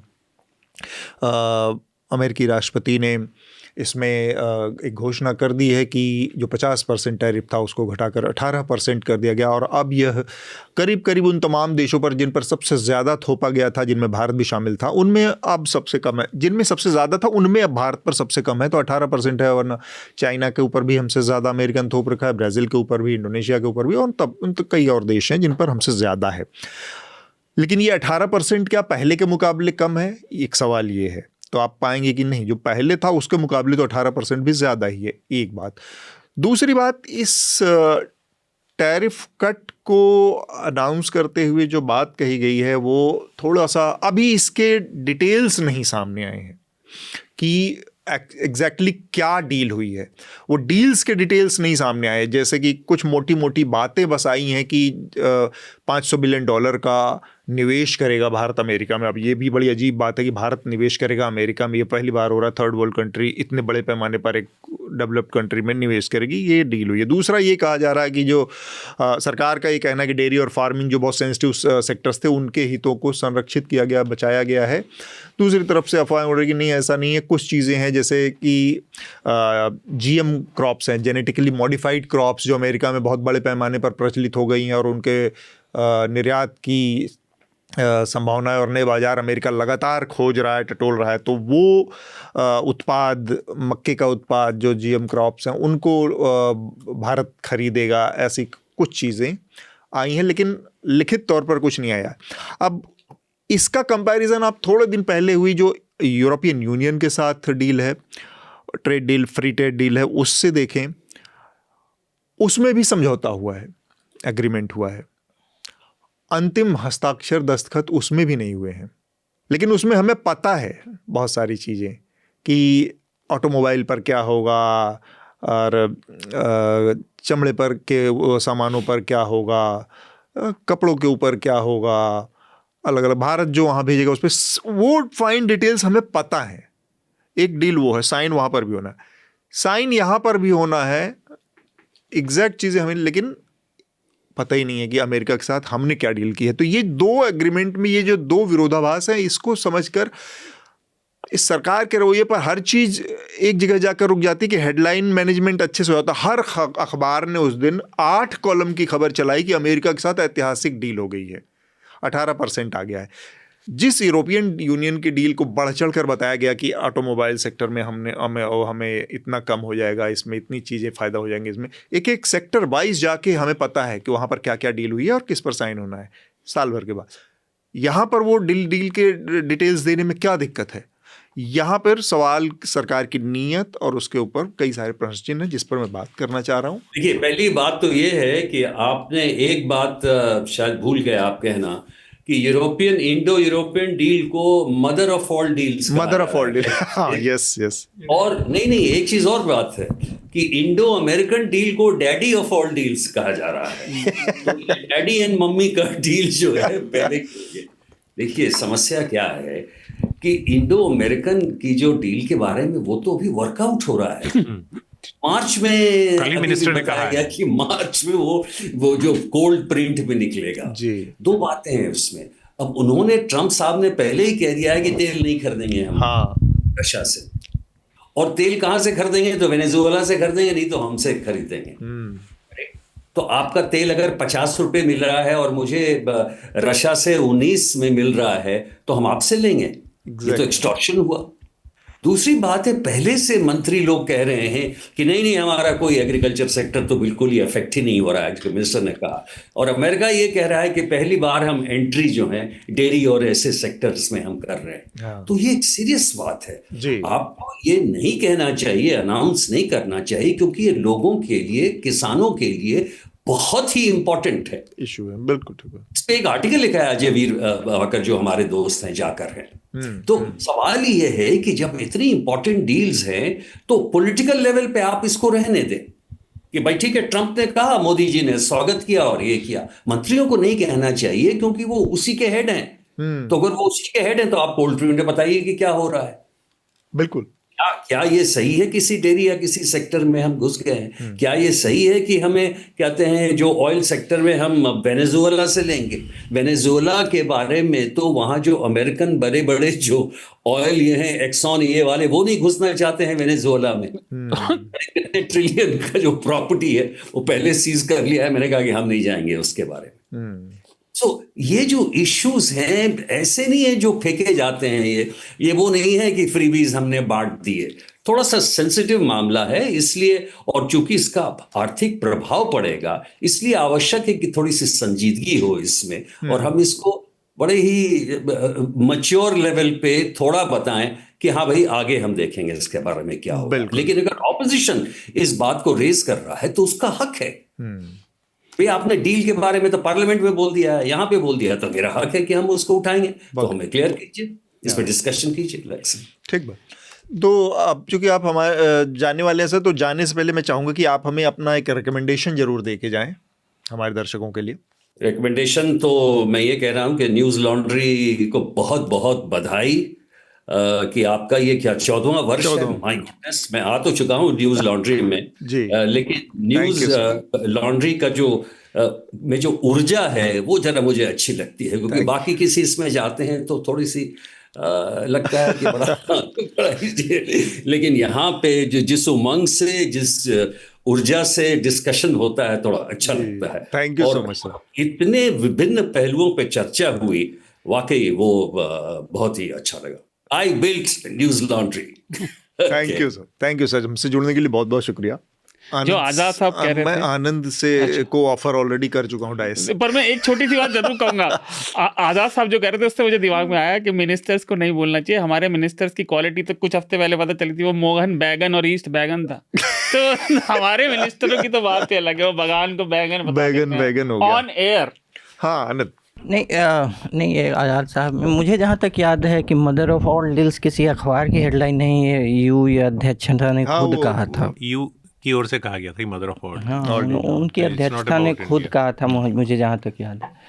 मेरे ख्याल से दोनों में जो ब्यूरोक्रेसी है वो जो ट्रम्प ने ब्यूरोक्रेसी को बाईपास करके ये अनाउंस किया है, और इसकी जो रूपरेखा जो है वो ठीक है, 18% एक ब्रॉड फॉर्मेट रहेगा, लेकिन वो वर्कआउट होगी। अभी विदेश मंत्री जयशंकर से भी पूछा गया था, तो उन्होंने विदेश मंत्रालय को भी उससे थोड़ा अलग करते हुए बोला उन्होंने ये कहा था कि इस सारी डील में वाणिज्य मंत्री और वो ठीक है, मतलब वो मतलब कॉमर्स मिनिस्ट्री का जो इंटरनेशनल विंग है वो उसको नेगोशिएट कर रहा है, चलिए। लेकिन उन्होंने उतनी मतलब उसको डिसोन भी नहीं किया, लेकिन ओन भी नहीं किया विदेश मंत्रालय को लेकर।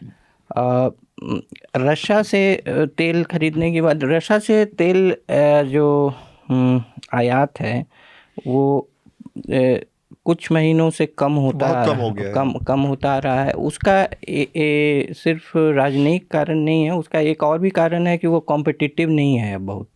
उसकी प्राइसिंग जो है बहुत कॉम्पिटिटिव नहीं है वेस्ट एशिया के लेकर। तो भारत की ऑयल मिनिस्ट्री ने ये भी बयान दिया था कि जो आप कंपेयर करेंगे तो वेस्ट एशिया में जो रशिया शुरू में बहुत सस्ता तेल दे रहा था बाद में, और राजनयिक भी हो सकता है, दूसरा राजनयिक होता है, लेकिन राजनयिक कारण ये नहीं स्वीकारेंगे उस समय। लेकिन एक फैक्चुअल कंपैरिजन करके देखें तो तीसरा इसका पक्ष ये भी है कि जो शीर्षस्थ जैसे ट्रम्प ने किया फिर मोदी ने किया, तो एक तो है कि इसको टाइम गैप जो है एक तो नहीं रखना चाह रहे थे। ये मेरा ये स्पेकुलेशन है, संसद के सत्र के पहले एक मतलब क्लिंचिंग एक चीज़ उनके पास कुछ अच्छा जो है डेवलपमेंट हो रहा होगा, प्रोग्रेस हो रहा होगा, लेकिन जो डिटेल्स हैं वर्कआउट नहीं होंगी। लेकिन संसद के सत्र के बाद एक होता है ना कि कवर के लिए एक उन्होंने, मुझे लगता है कि उसका भी एक तरीका हो इनका जो पॉलिटिकल मैनेजमेंट का, और ब्रॉडली झूठ नहीं होगा, ये तो नहीं मैं मानता हूँ कि ये हुआ ही नहीं है, होगा, लेकिन इसकी रूपरेखा और मुझे नहीं लगता कि एग्रीकल्चरल और डेयरी प्रोडक्ट पे ये ज़्यादा कॉम्प्रोमाइज़ करेंगे, क्योंकि इसलिए नहीं कि ये बहुत कल्याणकारी राज्य की, इसलिए कि वो पॉलिटिकली जो है इशू है, वो पॉलिटिकली जो है इनके लिए जो है कॉस्टली होगा। जी, मैं तो देखिए कह रहा था, ये हम इरैशनल चीज़ों को हम रैशनल ग्राउंड पे एनालाइज कर रहे हैं। ट्रंप ने जो लिखा उस पर मैं 1 मिनट को भरोसा नहीं करता। वो पिछली मार्च से कह रहा है कि इंडिया से संधि होने वाली है, दूसरा मार्च आने वाला है। पिछले साल से कह रहा है वो, तो जब उसने टैरिफ लगाए थे, हमने बात की थी। ये टैरिफ कैलकुलेट कैसे हुए थे? इस 50 में से 25 तो सिर्फ इसलिए थे कि आप रशिया से तेल खरीद रहे हो। जो बचे हुए 25 थे उसकी कैलकुलेशन की हमने बात की थी, वो कितनी बेसिर पैर की थी, है ना। तो ये सब बेतरतीब है, ये सरासर एक्सटॉर्शन ऑफ एलाइज और बुलिंग है। और इससे निपटने का सिर्फ एक ही तरीका है कि आप जो थोड़ा सा EU डील के साथ किया, उनको अंततः समझ में आया कि दबने से ट्रंप जैसे लोग और ये एडमिनिस्ट्रेशन बिल्कुल भी न आपकी बात मानेगा, ना वो झुकेगा, ना वो आपको जीने देगा। आपको काउंटर बैलेंस बनाने पड़ेंगे। और भले ही मैं हाइपोथेटिकल आप मान लीजिए कि ये डील हो भी जाती है ना, वैसे ही जैसे कह रहे हैं सब, तब भी ये दुनिया और अंतर्राष्ट्रीय रिलेशन हमेशा के लिए बदल चुके हैं। अगली बार कोई और आ गया वहाँ पर तो क्या फिर से वो ब्लैकमेल करेगा? ट्रंप का क्या भरोसा? 1 साल में उसने कितना सब कुछ किया है, अभी उसे 3 साल और रहना है, तो आप भरोसा नहीं कर सकते। दूसरी बात, ट्रंप के स्टेटमेंट्स और उनके ऑफिस के लोगों के स्टेटमेंट्स सरासर झूठ होते हैं। और ये दुख की बात है कि हमारे यहाँ भी कुछ हालात ऐसे ही हैं, उतने बुरे नहीं हैं पर वैसे कम झूठ होते हैं हमारे यहाँ, थोड़ा सेलेक्टिव होते हैं। वो नारंगी बफून हैं यहाँ पे, तो फिर भी समझदार राजनीतिज्ञ हैं। यहाँ तो नारंगी पर कब्जा कम से कम राजनीतिज्ञ तो समझदार ही हैं। लेकिन मेन पॉइंट ये कि वो कुछ भी कहें, जब तक हमारे सामने ऑफिशियल डॉक्यूमेंट नहीं होगा उस पर टिप्पणी करना, मुझे लगता है कि क्योंकि वो कभी बदल सकती है। Nobody knows anything, how do you analyse anything? तो ये बात जो अभी इन्होंने कही शार्दुल ने कि हमारे पास ऑफिशियल डॉक्यूमेंट नहीं है, कल ही मंत्री जी ने कहा है कि अब कुछ दिनों से उनका मतलब लगभग जो लगता है वो 4-5 दिन या हफ्ता भर है कि फाइन प्रिंट हमारे सामने होगा और तब हम बताने की स्थिति में ज़्यादा होंगे। लेकिन जो बात हम ये सोच रहे हैं कि ट्रंप अभी 3 साल रहेंगे और वो बहुत मजबूत हैं, ऐसा नहीं है। ट्रंप को ही पता है कि इस साल मिड टर्म होना है वहाँ पर और उसकी हालत ख़राब होने जा रही है। ट्रंप की स्थिति जो है इस साल के एंड तक is will not remain as powerful as जैसे वह भी हैं। इसलिए वो इसमें मैक्सिमम जो खींचना चाहते हैं, मैक्सिमम जो है एक्सटॉर्ट करना चाहता है। लेकिन वो कितना आगे बनी रहेगी उनकी स्थिति, ये अभी सर्टेन नहीं है। दूसरी बात ये है कि डोनाल्ड ट्रंप ने जो ये डील की है सारे देशों के साथ मिलकर, वो अकेले डील की, इसलिए उनको इतना फ़ायदा हुआ है क्योंकि सारे देशों को ऐसा लग रहा था कि दूसरे देश को नहीं, मेरे साथ फ़ायदा हो जाए। तो ट्रंप की जो डील है वो केवल इंडिया के साथ बहुत ज़्यादा, जो इंडिया के नज़रिए से हम देख रहे हैं ख़राब है, जापान के साथ भी और दूसरे देशों के साथ भी, EU के साथ भी जो उन्होंने डील की है उनको भी परेशान करने वाली डील। ऐसा नहीं कि सिर्फ इंडिया को खराब डील मिली है। हाँ। लेकिन जो 0% टैक्स की बात इंडिया, 0 टैरिफ इंडिया की ओर से जो कह रहे हैं कि जो अमेरिका में जो होगा, तो वो एक बहुत बड़ी एक समस्या है कि उनका सामान यहाँ आएगा, मार्केट को कैसे फ्लड करेगा। जैसे आनंद ने कहा कि वो डेयरी हो गया, हाँ, और वो उसको इस तरह से नहीं कर सकता। और ये बहुत लंबे समय से ये बात चल रही थी कि सरकार कम से कम डेयरी और एग्रीकल्चर पे तो समझौता नहीं करेगी, क्योंकि डेयरी और एग्रीकल्चर का मतलब है कि हाहाकार मत जाना है इंडिया में, और वो अभी देखने की बात है। इसलिए पहले बात रेसिप्रोकल टैक्स की चल रही थी और उसके बाद फिर इतना बड़ा अंतर है दोनों देशों के टैक्स का, ट्रेड डेफिसिट भी है अपनी जगह पर। लेकिन जो एडिशनल जो चोट पड़ती है वो अगेन एनर्जी सेक्टर से पड़ती है। जिस तरह से ऑयल की, जब से नरेंद्र मोदी प्राइम मिनिस्टर बने हैं 2014 से, आपको याद होगा कि 2014 के बाद जो पहला विधानसभा इलेक्शन दिल्ली में हुआ था, इसमें बीजेपी हारी थी, उसमें नरेंद्र मोदी का एक बयान था जिसको लेकर कहा गया था, ये बयान उन्होंने आत्मघाती दिया। उन्होंने कहा था जब किस्मत वाला है तो फिर बदकिस्मत को क्यों चुनना है। और वो बयान उन्होंने इसी कॉन्टेक्स्ट में दिया था क्योंकि तेल के प्राइस उस समय का बहुत फायदा भारत को मिल रहा था, विदेशी मुद्रा बच रही थी, और वो फायदा किसी न किसी रूप में कंसिस्टेंटली सरकार को कम या ज्यादा मिलता रहा है। मतलब कोई वॉर बहुत अच्छी चीज नहीं है जो मिडिल ईस्ट में हो रहा है, और उसके बावजूद हिंदुस्तान में पेट्रोल कीमत बहुत ज्यादा रही। हाँ, नहीं तो क्योंकि सरकार उससे अपना रिजर्व बचा रही है और फायदा कमा रही है। तो वो एक चीज है। पहली बार ऐसा होते हुए दिख रहा है कि भारत को न केवल रशिया से जो तेल है, जो उसका एक तरह से डिपेंडेबल अलाई भी रहा है पहले पास्ट में, अभी तो स्थितियां काफ़ी बदल चुकी हैं, और ईरान पे भी दबाव रहेगा, ये सब न खरीदने को कहा जा रहा है, बल्कि कहा जा रहा है कि वेनेजुएला का तेल जिसमें सल्फर ज़्यादा है, जो ज़्यादा विस्कस है, जिसकी रिफाइनिंग कॉस्ट ज़्यादा है, अभी हुआ नहीं है, लेकिन उसको वो खुल के कह रहे हैं, ये वो खुल के हर दुनिया मंच में पे एक कह बड़ा रहे हैं। कंसर्न है कि हाँ। जो वेनेजुएला की बात हो तो रही है कि रसिया के को हटा के, लेकिन वेनेजुएलन ऑयल की क्वालिटी बहुत खराब, मतलब बहुत नीचे है बाकी कंपैरिजन टू। सबसे बेहतर माना तो जाता है कि किस कीमत वेस्ट पर डील एशिया होगी। का और है। अमेरिका की जो प्रेस सेक्रेटरी बोल रही थी, या उनकी जो एग्रीकल्चर मिनिस्टर बोल रही हैं, या उनके जो ट्रेड रिप्रेजेंटेटिव बोल रहे हैं, पिछले कुछ वक्त में सुना है, वो ऐसे बोल रहे हैं जैसे कि उनके पास ब्लैक एंड व्हाइट में कागज है। और अभी हमारी ओर से भी ये नहीं कहा गया, तो इसमें मुझे लगता है कि एक आध हफ्ता, 4-5 दिन और रुकना चाहिए, and should hope for the better. पर लेकिन एनर्जी वाली जो चीज़ है, ऑयल की प्राइस है, क्योंकि भारत की एनर्जी का जो अभी जो जीडीपी जिस तरह से ऊपर जा रहा है, और ऑयल और गैस पे जो डिपेंडेंसी है कोल के अलावा, वो ये दिखाता है कि ये जो होगा उससे एडिशनल प्रेशर पड़ेगा। ठीक। आखिर में मुझे इस पर एक कमेंट और, जो ये बात आई और जो ट्रम्प का एक बयान आया जिसमें ये बात कही गई कि अब भारत रूस से तेल नहीं खरीदेगा और भारत वेनेजुएला से ऑयल लेगा, ये ट्रम्प का स्टेटमेंट है। US and potentially with Venezuela. ये उसी बयान का एक एक्सटेंशन जैसा लगता है जब ऑपरेशन सिंदूर का सीज फायर अनाउंसमेंट पहले ट्रंप ने किया, मार्को रूबियो ने किया, और फिर उसके बाद बाकी हमारे विदेश मंत्रालय के प्रवक्ता ने किया, और ये सारी चीज़ें हुई। अंदर खाने में, बैकडोर में, बैक चैनल में बहुत सारी चीज़ें डील होती हैं और बहुत सारी चीज़ों के समझौते होते हैं। ठीक है, हम ये करेंगे, हम नहीं करेंगे, हम रसिया से नहीं लेंगे, ये बातें बैकडोर पे हो सकती हैं, और हर देश आपस में अपने धंधों को लेकर इस तरह से करता होगा। लेकिन पब्लिक अनाउंसमेंट अगर इस तरह से रसिया का, अमेरिका का राष्ट्रपति कर रहा है कि भारत तेल किससे लेगा और किससे नहीं लेगा, ये उसी का एक एक्सटेंशन, और ये उतना ही शर्मनाक बात है। और किसी भी सॉवरेन कंट्री को ये चीज़ एक्सेप्टेबल नहीं होनी चाहिए कि अमेरिका का राष्ट्रपति ये अनाउंस कर रहा है कि भारत रसिया से तेल अब नहीं खरीदेगा या वेनेजुएला और अमेरिका से खरीदेगा। ये चीज़ केवल और केवल भारत सरकार का कोई अंग, भारत सरकार का विदेश मंत्रालय ही कहने की स्थिति होनी चाहिए।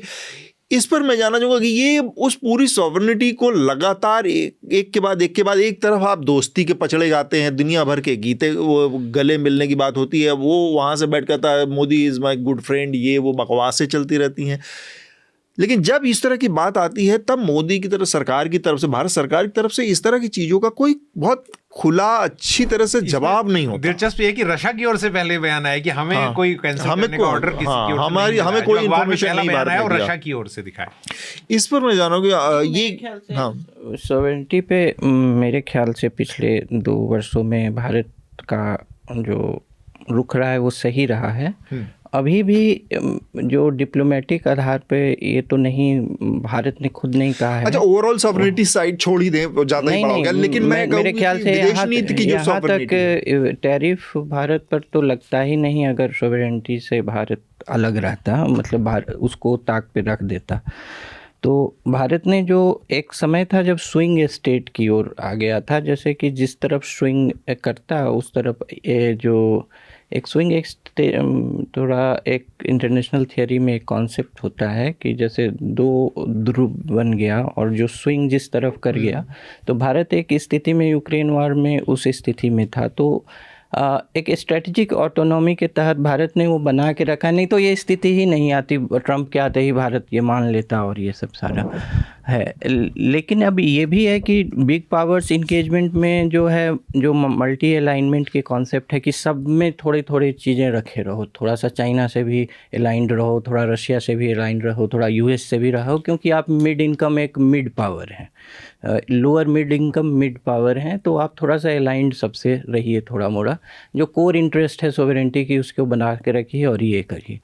तो उसके आधार पे इसको देखा जा सकता है कि वो ये भी नहीं स्वीकार कर रहे हैं कि हम रशिया से तेल नहीं लेंगे, लेकिन जो है अब ट्रंप को अपने डोमेस्टिक कॉन्स्टिट्यूएंसी को, उसको ट्रंप को ये भी दिखाना है कि हमने बात मनवा ली, जो उनका मागा क्राउड है, और को कि हम जो है इस तरह की बातें जो हैं ये मनवा रहे हैं।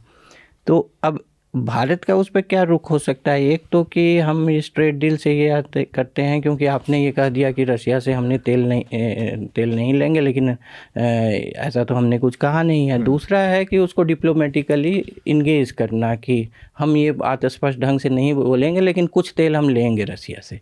एक है मतलब मुझे ऐसा लगता है, मतलब I am not expert on this, पे डिप्लोमेटिकली सोवरेनिटी को इंटैक्ट रखने की बात पे अगर कमेंट ना भी किया जाए, लेकिन डिप्लोमेटिकली हमारी बड़ी फजीहत हुई है पिछले कुछ वक्त में। जैसे ब्रिक्स के ग्रुप में ही इंडिया को अमेरिका का मोल समझा जाता है, वहाँ जिस तरह की चीज़ें इंडिया झेल रहा है, और मतलब एक स्पष्ट, ये ठीक है कि अमेरिका ने कुछ कहा है, लेकिन ये भी स्पष्ट बयान किसी लेवल पर भी कभी भी नहीं आ रहा है पिछले, आज की बात नहीं है, जब से ट्रंप आए हैं उनके आने के पहले से, कि ये हमारी पोजीशन है। So I mean it may be a constraint, ये एक मजबूरी हो सकती है इस समय की स्थिति में, लेकिन इंडिया जैसा सरकार और प्रधानमंत्री खासतौर पर बार बार कहते हैं कि 140 करोड़ का देश है, और विच इज़ करेक्ट, कि चाइना ने जिस तरह से स्टैंड किया है, और जैसे सिंगापुर के फॉर्मर, उनका मैं इंटरव्यू सुन रहा था, ली कुआन यू, हाँ, जो फॉरेन मिनिस्टर हैं, उनका कहा था Trump is a bully, if you don't stand to him, उसके सामने आप खड़े नहीं होंगे तो वो वैसे ही व्यवहार करेगा। सो कैसे, किससे व्यवहार, मतलब इस तरह के जो एक मर्यादित बयान जिसे कहते हैं डिप्लोमेसी के अंदर भी, उसकी भी मुझे कमी दिखी है। मुझे गलत याद है, ली कुआन यू तो पुराने उनके प्रधानमंत्री, मैं नाम नहीं भूल रहा हूँ उनका, उनके फॉरेन, हाँ वो तो मरे हुए बहुत दिन हो गए। तो जो हृदेश ने बात की थी कि भारत सबसे बड़ा अनरिलायबल एलाई है, मेरी व्यक्तिगत नज़र में हम दुकानदार की तरह डिप्लोमेसी कर रहे हैं, इससे भी ये ले लो, इससे भी ये ले लो। कुछ चीज़ें आपको अड़नी पड़ती हैं, ये बात ठीक है कि हर देश अपने हित में काम करता है, लेकिन किसी एक बड़ी ताकत से निपटने के लिए आपको कुछ चीज़ें फंडामेंटल भी होती हैं। एक लिमिट के बाद आप अग्री नहीं कर सकते, कहीं कॉन्सेंट्रेशन कैंप चल रहा है तो भले ही उसका आपके इकोनॉमिक फ़ायदा हो रहा हो। आप ये देखिए, हम बात किससे कर रहे हैं, सोवरेनिटी की बात, ये सरासर ब्लैकमेल है। ये वो एडमिनिस्ट्रेशन है जिसका राष्ट्रपति कन्विक्टेड सेक्स है, वो माफियोसो है, वो है अमेरिका के कोर्ट से, है ना। नहीं, उससे भी बड़ी बात, एक आदमी अभी वेनेजुएला में एक आदमी, मैं बात समाप्त कर लूं, उसका रीजन क्या, आपको बताता नहीं वो इंसान कैसा है। वो माफियोसो है, वो सीधा सीधा एक्सटॉर्शन रिंग रन कर रहा है। एक देश का राष्ट्रपति जेल में, न्यूयॉर्क का कोर्ट होता कौन है वेनेजुएला के राष्ट्रपति को कन्विक्ट करने वाला। ऊपर से फैक्चुअली झूठ, उनका खुद का डिपार्टमेंट कह रहा है कि राष्ट्रपति ने जो बयान दिया वो झूठा है, सरासर झूठा है। इस व्यक्ति पे आप कैसे करेंगे जो नेटो में इन्वेड करना चाह रहा है, और हम ये बात कर रहे हैं सिर्फ पिछले महीने की, नेटो की अपनी कंट्री को इन्वेड करना चाह रहा है सुरक्षा कारणों से। ये वाहियात बातें हैं। और भारत एक चीज बनाया, जो हृदेश कह रहे थे, ब्रिक्स में भी जो मोल समझाता है, वो तो इंप्रेशन है, बट हमारी विदेश नीति सबसे खोखली साबित हुई है कई मामलों में, और खासतौर से अमेरिका के मामलों में। और ये बहुत पुराना किसी भी स्ट्रैटेजी का, पॉलिसी का बहुत पुराना एक्सियम है, never put all your eggs in one basket. ये सब कुछ एक ही के बस में चलाए जा रहे हैं, अपनी क्षमता डेवलप कर नहीं रहे। ये हमने कितनी बार अलग अलग विषयों पे बात की है कि भारत लगातार क्षमता डेवलप नहीं कर रहा, ना डेमोग्राफिक डिविडेंड उसे आप कह लीजिए, 1000 नाम उसको दे लीजिए। जब तक आप अपनी कैपेबिलिटीज बिल्टअप नहीं करेंगे, और खासतौर से अब इम्यून नहीं करेंगे, पूरा वर्ल्ड इस समय रियलाइन हो रहा है। अच्छा, ये एक अगर आप केवल पतंगे, अमेरिका की पतंगे उड़ाने में रहेंगे तो आप फिर एक बात मैं कह दूं कि हमारे दर्शकों को ये न लगे कि हमें पता है, मतलब हम सब भी अवेयर हैं इस बात की कि अमेरिका में पहली बार इस तरह के व्यवहार वाला राष्ट्रपति नहीं रहा है। ये ना, इसकी वरीयता को तय किया जा सकता है। नहीं, but America has had many mad president before him also, like Richard Nixon और एंड्रू जॉनसन। उनके भी जो कारनामे थे वो ट्रम्प से किसी तरह से कोई कम नहीं रहे हैं उनकी हिस्ट्री में। मैं आ रहा हूँ, आप ही बात में आ रहा हूँ। तो मैं कह रहा हूँ कि इस वक्त की जो स्थिति है वो ज्यादा है। This man has cross all the, इन्होंने सारी जो है हदें पार कर दी। कॉलोनाइजेशन का बिल्कुल ये कॉलोनी इंपीरियल टाइम्स का बिहेवियर है। मतलब अमेरिका में जिस दूसरे देशों को, जैसे वेनेजुएला को पकड़ के लाए, और इन्होंने लगातार हिस्ट्री अमेरिका की इस तरह की राष्ट्रपतियों की रही है, और उसमें 2 नाम जो मैंने लिए वो सबसे ज्यादा रेडिकल माने जाते हैं उनके साथ, ये जिनके कंपैरिजन किया जाता है डोनाल्ड ट्रंप से। हाँ, ट्रंप पे तो बात 1000 बार हो चुकी है, हो सकती है। मैं आपको बताना चाह रहा हूँ, these are not honest players. हम अपने अगले विषय की तरफ बढ़े, उससे पहले हमारे सब्सक्राइबर हैं अबू बकर सिद्दीकी, उनका एक पत्र है, उसको शामिल करेंगे। लेकिन आप लोगों से भी अपील है कि आप लोग चर्चा सुनते हैं, अलग अलग प्लेटफॉर्म्स पे आपके बहुत सारे कमेंट्स आते हैं। हम चाहते हैं कि आप भी अपने पत्र हमें ज़रूर भेजें चर्चा से संबंधित। इसका तरीका बहुत आसान है, www.newslaundry.com/podcast-letters, इस पर आप अपने पत्र भेज दें, या फिर सीधे podcast@newslaundry.com यहाँ पर मेल कर दें। इन 2 तरीक़ों से, तो ताकि हमें समझ में आए कि यहाँ पे जो बातचीत हुई उसको आप किस नज़रिए से देखते हैं, उसको आप और कितना डाइवर्सिफाई कर सकते हैं, कितना एनरिच कर सकते हैं। इस नज़रिए से आपके कमेंट्स महत्वपूर्ण हैं। शार्दुल, पत्र है अबू बकर सिद्दीकी का। अबू बकर, आप लगातार लिखते हैं तो थैंक यू। वो लिखते हैं, अतुल जी, आपसे एक शिकायत है कि आपने शार्दुल जी के बारे में नहीं बताया कि वह पिछले 2 हफ्तों से चर्चा में क्यों शामिल नहीं हो रहे हैं, और शायद उनकी वजह से चर्चा पिछले 2 हफ्तों से छोटी हो रही है। मेरा सवाल असम के मुख्यमंत्री हेमंता से जुड़ा हुआ है कि उनके जो बयान हैं मुसलमानों को लेकर, क्या वह किसी कानून के दायरे में नहीं आते? क्या वह एक अपार्थाइड स्टेट वाली परिस्थिति नहीं बनाते? बाकी राज्यों में बांग्लादेशी कह के किया जाता है, वहाँ एक पर्दा रखा जाता है कि हम बांग्लादेशियों को बाहर करने की बात कर रहे हैं, लेकिन असम में तो सीधा सीधा बात मुसलमान होने की ही होती है। हाँ, मैंने ये नहीं बताया कि क्यों नहीं आ रहे हैं। शार्दुल छुट्टी पर थे, तो उसके लिए मैं एकांतवास में गया हुआ। और ये जो असम के मुख्यमंत्री हैं, इनका बयान तो निहायत ही बहुत ही शर्मिंदा और शर्मनाक है, शर्मिंदा करने वाला है।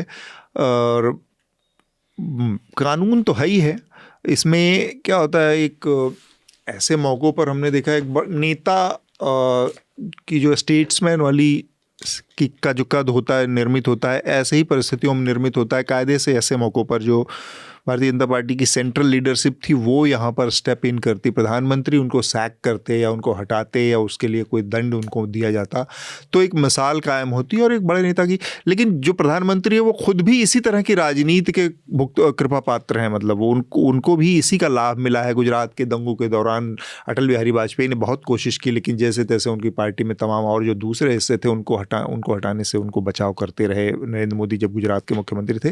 तो नरेंद्र मोदी से आप उस स्टेट्समैन वाली कद की छवि की या व्यवहार की उम्मीद नहीं कर सकते, जो कि हम देख रहे हैं इस मामले में। अब वो खुल्लम खुल्ला जो बयान दिया गया है कायदे से, इस बयान के लिए हेमंता विश्व शर्मा और कोई भी आदमी जिसने इस देश के संविधान की शपथ लेकर एक संवैधानिक पद पर बैठा है उसको ये नहीं करना चाहिए। लेकिन बहुत सारी चीज़ें हो रही हैं अलग अलग टाइम पे, तो हम इसके आदी होते जा रहे हैं। अपार्थाइड स्टेट की इन्होंने एक शब्द का जिक्र किया है। आनंद, अगर उसको आप थोड़ा सा एक्सप्लेन कर पाएँ। बोल रहे हैं कि जैसे कि डिस्क्रिमिनेशन उसी तरह का जैसे ब्लैक एंड वाइट का अपार्थाइड स्टेट में, उस तरह से ये हेमंत विश्व शर्मा, हालांकि उनका ये डिफेंस सही नहीं है, क्योंकि वो बाद में उन्होंने कहा कि मैंने मियाँ शब्द कहा, तो ये असम के कल्चर में जो मुस्लिम इमिग्रेंट हैं बांग्लादेश के लिए, उसके लिए मेन स्ट्रीम शब्द है ये, असम के मुस्लिम उसके लिए नहीं। लेकिन और ये लोग खुद ही अपने को मियाँ कहते हैं, लेकिन ये लोग मियाँ कहना खुद तब शुरू किए जब इनको ऐसा कहा जाने लगा, तो वो सेल्फ आइडेंटिफिकेशन उनका। मियाँ पोएट्री, हाँ, मियाँ पोएट्री, उन्होंने ये भी ट्वीट किया था कि मियाँ पोएट्री, लेकिन मियाँ पोएट्री और ये सब तब आया जब, जैसे कि मैं आपको किसी चिन्हित किया जाने आप शब्द से बोलने लगूं, तो बाद में आप अपने को सेल्फ आइडेंटिफाई कर लें कि ये है, लेकिन वो भी एक तरह का जो है, मतलब कि वो भी गलत बात ही है, कंडीशनिंग। हेमंता विश्व शर्मा का ये के बयानों की जो बात है वो कोई पहला बयान नहीं है, और लगातार इस तरह के और भी उनके बयान आते रहे हैं। तो वो भी, और जो आनंद आप कह रहे हैं कि एक एक्सेप्टेबल नॉर्म बना दिया गया है मियाँ कहना, वो एक चीज़ हो सकती है, लेकिन हेमंता विश्व शर्मा अपने आप में इस तरह की रहा। मैंने बोला कि वो लोग, उन्होंने ट्वीट किया था कि ये लोग खुद ही को अपने को सेल्फ आइडेंटिफाई करते हैं, लेकिन उसका रास्ता भी तभी हुआ जब आप उनके लिए वो कहना शुरू किए ना, तो उन्होंने, अब आप मुझे कोई गाली देने लगे, बाद में मैं एज अ विक्टिम अपने को ही मान लूं कि हाँ मुझे यही कहा जाए, तो वो एक कंडीशनिंग हुई एक तरह की। हेमंत विश्व शर्मा को लेकर एक छोटी सी बात आप ध्यान रखिए, आप उस तरह के किसी भी ज्ञानी चीज़ की जो कभी स्ट्रैटेजिस्ट रहा है या फिलॉसफी या पॉलिसी मेकर रहा है, देखेंगे आप लोगों को देखना चाहिए वो असल में है क्या। हेमंत विश्व शर्मा अपने आप में सुप्रीम लीडरशिप की इग्नोरेंस से खफा होकर उन्होंने पार्टी बदली थी। उनके कर्म ऐसे हैं कि सुप्रीम लीडरशिप, कम से कम अगर आप देखें उनकी नेचर क्या है, वो सुप्रीम लीडरशिप के बिल्कुल बगल में रहना चाहते हैं, वो सबसे बड़े नंबरदार हैं इस समय इसके, और वही वो आपको दिख रहा है चरितार्थ होते हुए असम में। ये दुर्भाग्यपूर्ण बात है, पर यही बात है। तो हम अपने आखिरी जो हमारा विषय है इस पर एक कमेंट सबसे लेंगे और उसके बाद चर्चा को रोकेंगे। गाज़ियाबाद में जो घटना हुई, 3 माइनर लड़कियों ने अपने घर के 9वीं मंजिल से कूदकर आत्महत्या कर ली। और ये कहा जा रहा है शुरुआती जांच में कि वो एक कोई कोरियन बेस्ड ऐप या गेम था जिसको वो फॉलो कर रही थी, और उसमें टास्क बेस्ड कोई ऐसी चीज़ें हैं जिसको कि फॉलो करते हुए ये हुआ, और वो पूरी तरह से उसके लत लग गई थी उन्हें उस गेम की, कोरियन गेम की। ये सारी चीज़ें आई। तो बच्चों के लिहाज से इस समय एक बड़ी चिंता हमेशा सबके पेरेंट्स में ख़ास तौर पर देखी जा रही है कि बच्चे मोबाइल देखते हुए खाना खा रहे हैं। लोग माता पिता भी बहुत अक्सर ऐसा देखा जाता है, मतलब पब्लिक स्पेसेस में भी मैंने देखा कि माँ बाप जो बहुत उतने अवेयर या उतने वो नहीं है, वो बच्चे को खिलाने के लिए, या कई बार बच्चे बहुत इरिटेट करते हैं और वो माँ बाप कुछ और करना चाहते हैं, बातचीत करना चाह रहे हैं किसी दूसरी चीज़ पे, तो वो मोबाइल में फंसा देते हैं। बच्चे बड़ा ध्यान से उस पर, वो भी स्क्रॉल के उसी लत से उसी का, ये चीज़ मिलके एक बड़ी अजीब सी मतलब स्थिति पैदा करी। मैं सबसे पहले हृदय आपका कमेंट चाह रहा हूँ इस पे। ये जो घटना निकल कर सामने आई है, ये इन जनरल एक टीनेज उसमें बता रही कि जो वर्चुअल वर्ल्ड में या जो इंटरनेट की अवेलेबिलिटी है और मोबाइल की जो अवेलेबिलिटी है, उसने जो अभी जो प्रोसेस में बहुत ज़्यादा परिपक्व दिमाग नहीं है, उनको बहुत बुरी तरह से प्रभावित करना शुरू कर दिया है। इसका ना जो ज़्यादा नुकसान हुआ है, एक पेरेंट के तौर पे मैं बता सकता हूँ, एक मजबूरी के तौर पे ये चीज़ें, समस्या तो बढ़ ही रही थी, समस्या थी, लेकिन समस्या इसलिए बढ़ गई कि जब से कोविड हुआ तब से चाहे आर्थिक स्तर कुछ भी रहा हो परिवारों का, हम एक डिजिटल डिवाइड की भी बात आई थी, तब से एक मजबूरी बन गई पेरेंट्स की कि उनको अपने बच्चों को, अगर 2 बच्चे, हाँ, वो देना पड़ा।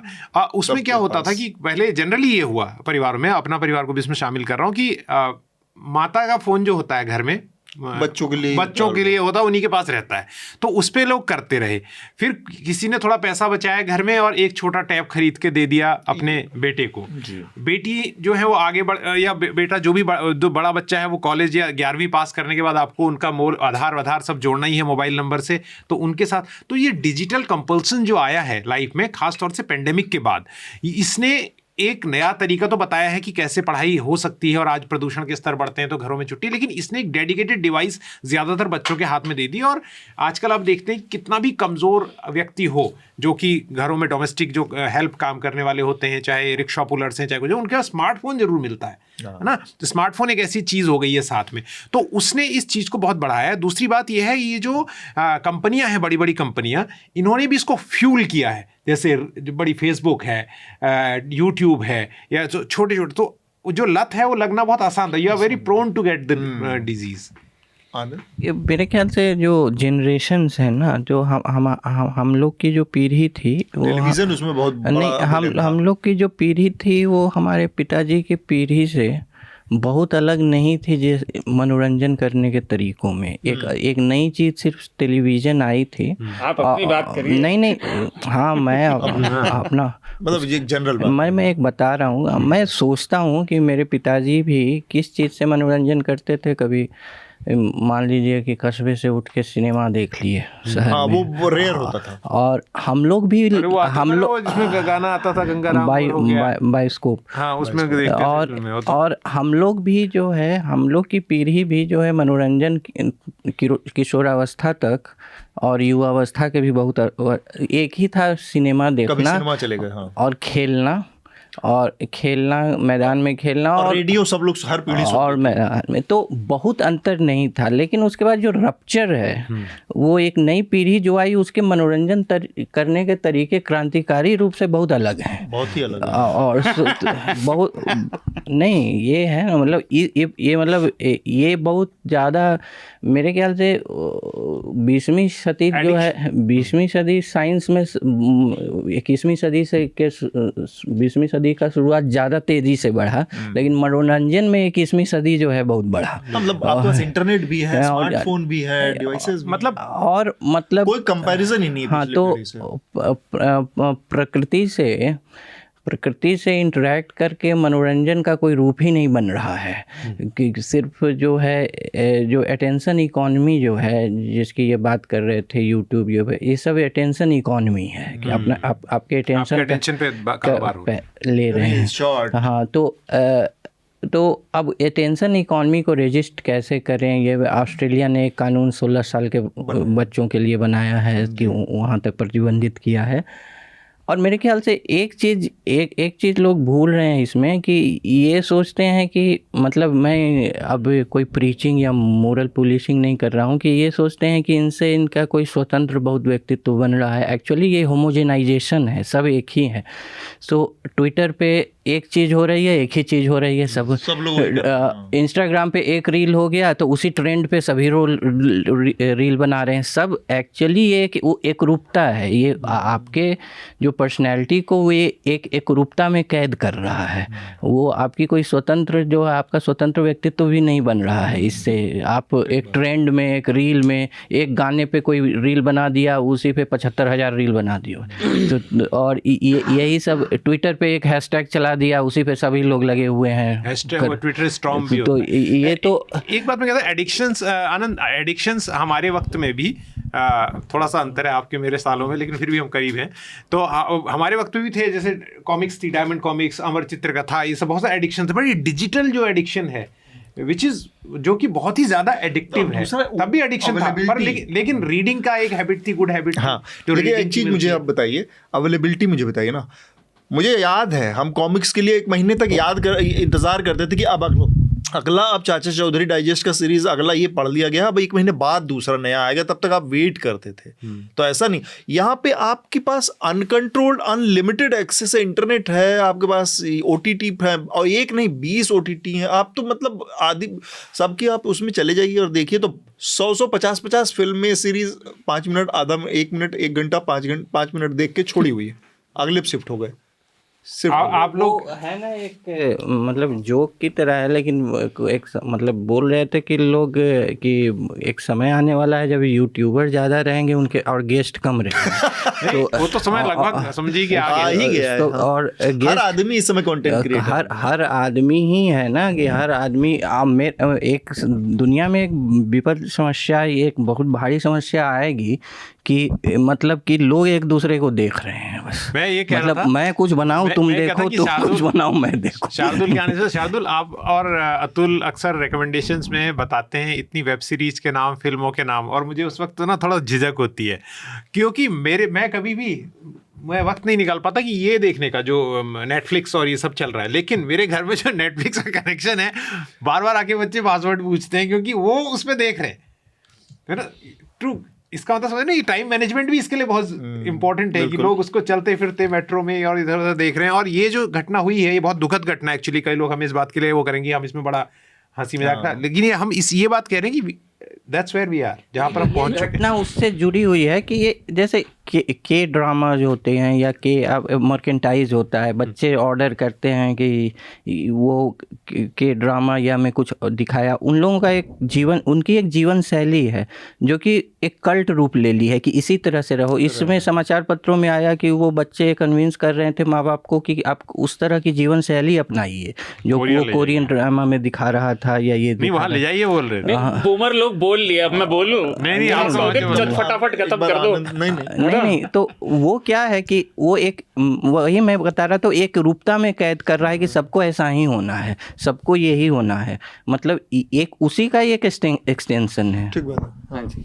तो पहली बार मैं कहूँगा आज आनंद पे लागू होती है, कम से कम मेरे मत में अधूरा ज्ञान अज्ञान से ज़्यादा खतरनाक होता है। पहली बात, इंटरनेट होमोजेनाइजेशन नहीं है। दूसरी बात, इंटरनेट, मेरी बात मैं कह रहा था मनोरंजन के तरीके, मैं आ रहा हूँ सर। चाहे सोशल मीडिया हो, चाहे कंटेंट ऑनलाइन हो, चाहे गेम्स हो, ये बच्चियाँ दुखद घटना है, पर ये किसी गेम की वजह से स्पेसिफिकली नहीं मरी। वो जो इकोसिस्टम क्रिएट हुआ, जो माँ बाप ने होने दिया, और ये जो जनरेशन गैप की बात है, जैसे कि हम लगभग बराबर उम्र के हैं, थोड़ा बहुत अंतर के, लेकिन ये बूमर अंकल है, मैं नहीं हूँ, मुझे ऐसा मत समझिएगा। तो ऐसा है, ये जोक है। पहले चीज़ों की ये सबसे बड़ी बात, ये महत्वपूर्ण चीज़ ये है कि आप समझ के चलिए ये जोक था, हंसना कहाँ है, हम लोग गंभीरता से ले नहीं। हाँ भैया, नहीं देखिए, वो मुझे समझ नहीं आता सोशल कॉन्टेक्स्ट, तो मैं पहले ही बता रहा हूँ। लेकिन आज अवेलेबिलिटी ज़्यादा है, उसका भारत में सबसे ज़्यादा दिक्कत क्या हो रही है, जो मैंने अपनी लाइफ में भी देखी, जो आनंद बात कर रहे थे मनोरंजन की चीज़ों की, जो आप भी कर रहे थे अलग अलग, उसमें जो हमारे समाज में कुछ लोगों को पता है, लेकिन बड़ा नंबर टेक्नोलॉजी की अडेप्टेबिलिटी हमारा समाज अभी सीख रहा है। हम और आप पहली जनरेशन है जिसने तेजी से बदलती टेक्नोलॉजी देखी। हमारे माँ बापों ने नहीं देखी। कुछ लोग उससे जल्दी अडेप्ट कर लेते हैं, कुछ लोग उतना नहीं करते। फिर हमारे समाज में शिक्षा की प्रॉब्लम है ना, वो स्किल की प्रॉब्लम है। ये सारी चीज़ें मिलकर बनाती हैं उस जनरेशन गैप जो पहले एक एक जनरेशन सा लगता था, जो सब कहते थे कि हमारे ज़माने में, तुम्हारे ज़माने में, वो प्रैक्टिकली अब बहुत बड़ा है। जो मेरे बाद की है, मुझसे छोटी जनरेशन है, जो हमारे साथ यंग लोग काम करते हैं, उनकी टेक्निकल अडेप्टेबिलिटी, टेक्नोलॉजी के प्रति अडेप्टेबिलिटी, जो नई चीज़ तेज़ी से आ रही है, वो पहले वालों से कहीं ज़्यादा है। अब ऑनलाइन जो एक के पॉप के ड्रामा है, देखिए उसमें है क्या, टीवी सीरियल से लोग हर तरह के एडिक्ट होते हैं। कुछ लोग ब्राज़ीलियन सीरियल से एडिक्टेड हैं, कुछ लोग, आपको याद होगा कुछ साल पहले पाकिस्तानी सीरियल से एडिक्टेड, जब तक भारत ने नहीं किए। ये कंटेंट हर जगह बन रहा है और इंटरनेट ने इसकी अवेलेबिलिटी बढ़ा दी है। यहाँ गलती ये है कि माँ बाप समझते नहीं कि बच्चों को जो स्क्रीन वो पकड़ा रहे हैं वो एडिक्टिव है। ये कमी है इस टेक्नोलॉजी की, लोग स्क्रीन से एडिक्टेड हैं। जो आपने कहा, खाना खाते हुए भी स्क्रीन चाहिए आपको, बच्चे में ज़्यादा भी खा, अब हाँ वो भी एक बात है। नहीं खाता ही इसीलिए वो राजी ही इसी बात पे मैं आपको बताऊं, जब मैं छोटा था मुझे डांट पड़ती थी कि किताब पढ़ते हुए मत खाओ, क्योंकि मुझे किताब पढ़ते हुए खाने की आदत है। किताब सामने होनी चाहिए, प्लेट से पेज दबे, ये सबके अपनी क्वर्क्स होती हैं। बट पॉइंट इज वो अवेलेबिलिटी और माँ बाप का, अभिभावकों का ये ना समझना कि इनसे डील कैसे करें। अब गेम्स की बात जो आई, गेम्स इनहेरेंटली एडिक्टिव होते हैं हाँ, लेकिन पिक्चरें भी एडिक्टिव होती हैं। लोग उपन्यास से एडिक्टिव हो, मुझे याद है कुछ बड़े थे, हमारी फैमिली में डांट पड़ती थी कि उपन्यास ही पढ़ता रहता है ना। एडिक्टिव सारे शौक हैं, हर चीज़ को मॉडरेशन में करना चाहिए। वो जिम्मेदारी माँ बाप की होती है नाबालिग बच्चों के लिए। आप स्क्रीन पकड़ा देंगे तो स्क्रीन पे सब कुछ नहीं है, उसके हाथ में आज सब कुछ है। ये खतरा भी है। हमारे ज़माने में आप कॉमिक्स की बात कर रहे हैं, पर अगर आपको कोई इंटरनेशनल मैगजीन देखनी है तो आपको शायद रेलवे, ये कह रहे थे कि बूमर वालों से बात कीजिए ना, आप कह रहे हमारे ज़माने में नहीं, कि ये भी बुजुर्ग। जब मैं छोटा था तब उसे रेलवे स्टेशन जाना पड़ता था, लेकिन आज वो आपको केवल गूगल सर्च पे अवेलेबल मिल जाए। जो मैंने अपने ओपनिंग कमेंट में बात कही थी वो ये थी कि आप कॉमिक्स किसी से छीन सकते हैं कि उसका उस पढ़ाई लिखाई से कोई लेना देना नहीं था। आज जो डिवाइस हाथ में दे दी गई है, वो 24 घंटे में आप कैसे डिसाइड करेंगे अगर एक 12वीं में पढ़ने वाले छात्र का कि उसको स्कूल के लिए, अपने ऑनलाइन क्लास के लिए, ट्यूशन के लिए जरूरत है, स्कूल का कोई मेल आ रहा है तो वो तो हर वक्त अपने पास रखेगा। नहीं मैं बता रहा हूँ, तो ये मजबूरी हो गई कि उसके पास एक लेजिटिमेट बहाना हर वक्त है उसे अपने पास रखने का। और मैं इसको मैं और आगे बढ़ाता हूँ, एक बार शार्दुल अपनी बात कंप्लीट कर, क्योंकि ये मेरी रोज की प्रॉब्लम हो गई है। डिजिटल अब टूल्स आप ढूंढोगे और लोग जो भी ढूंढना चाहें ऑनलाइन आपको मिल जाएंगे। ट्रस्टवर्दी डिजिटल टूल्स अवेलेबल हैं एक एक एक्टिविटी पुलिस करने के लिए हर डिवाइस पे, जो खासतौर से बच्चों के लिए बनते हैं।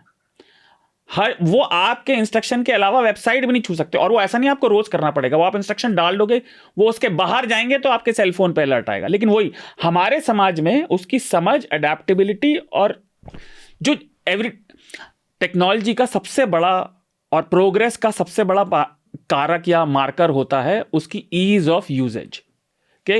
नासमझ से नासमझ व्यक्ति उसको आराम से कर सकता है। हमारे यहाँ ये अंतर विदेशी या थोड़ी कोरिया की जहाँ बात हो रही थी वहाँ से ज़्यादा है।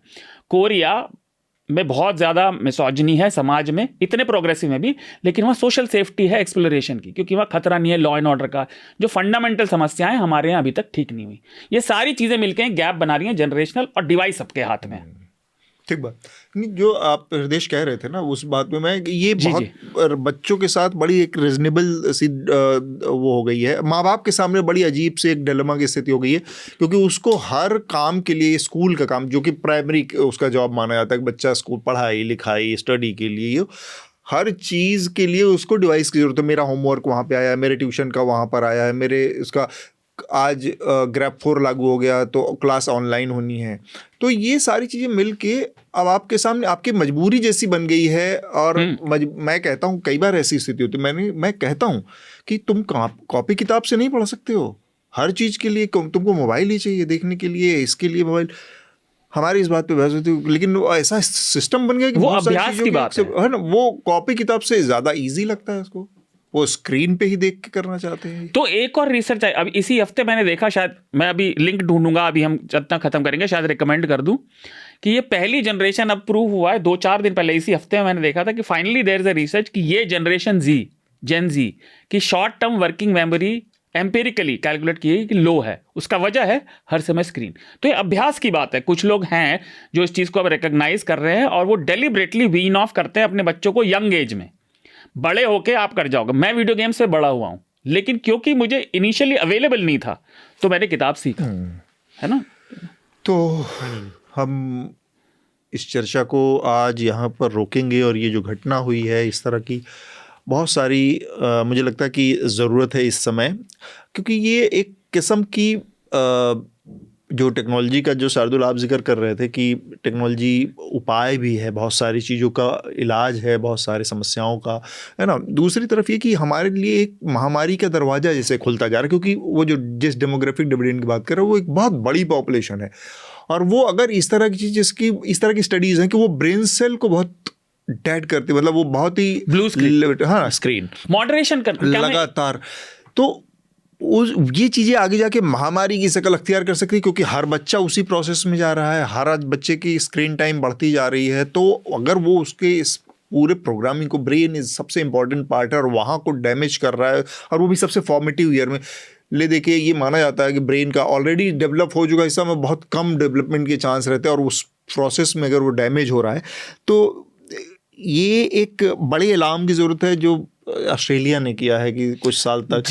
तो हम इस तरह के उपायों की तरफ भी देख सकते हैं कि क्या 16 साल की जो उम्र है तक की उम्र है, जहाँ ये माना जाता है कि फिज़िकली बच्चा डेवलप कर चुका है, तब तक के लिए उसको प्रोटेक्ट किया जाए बाय पॉलिसी, या पॉलिसी लाइक स्क्रीन के लिए ही पॉलिसी बना के बच्चों को देना नहीं देना एक चीज़ है, स्क्रीन में बच्चों के लिए क्या अवेलेबल हो सकता है, क्या टेक्नोलॉजी उस समस्या का समाधान दे सकती है, उसके लिए इंडिविजुअल रिस्पॉन्सिबिलिटी। मैं छोटी सी बात आपके जो आपने रेगुलेशन वाली बात कही वो ठीक है, खास तौर से चाइना और कोरिया की बहुत सारी ऐसी कंपनी हैं जो मोबाइल के लिए एक तरह के गेम होते हैं, गाचा गेम्स वो बनाती हैं, जो they are designed and research to make you addicted, है ना, मोबाइल फ़ोन के।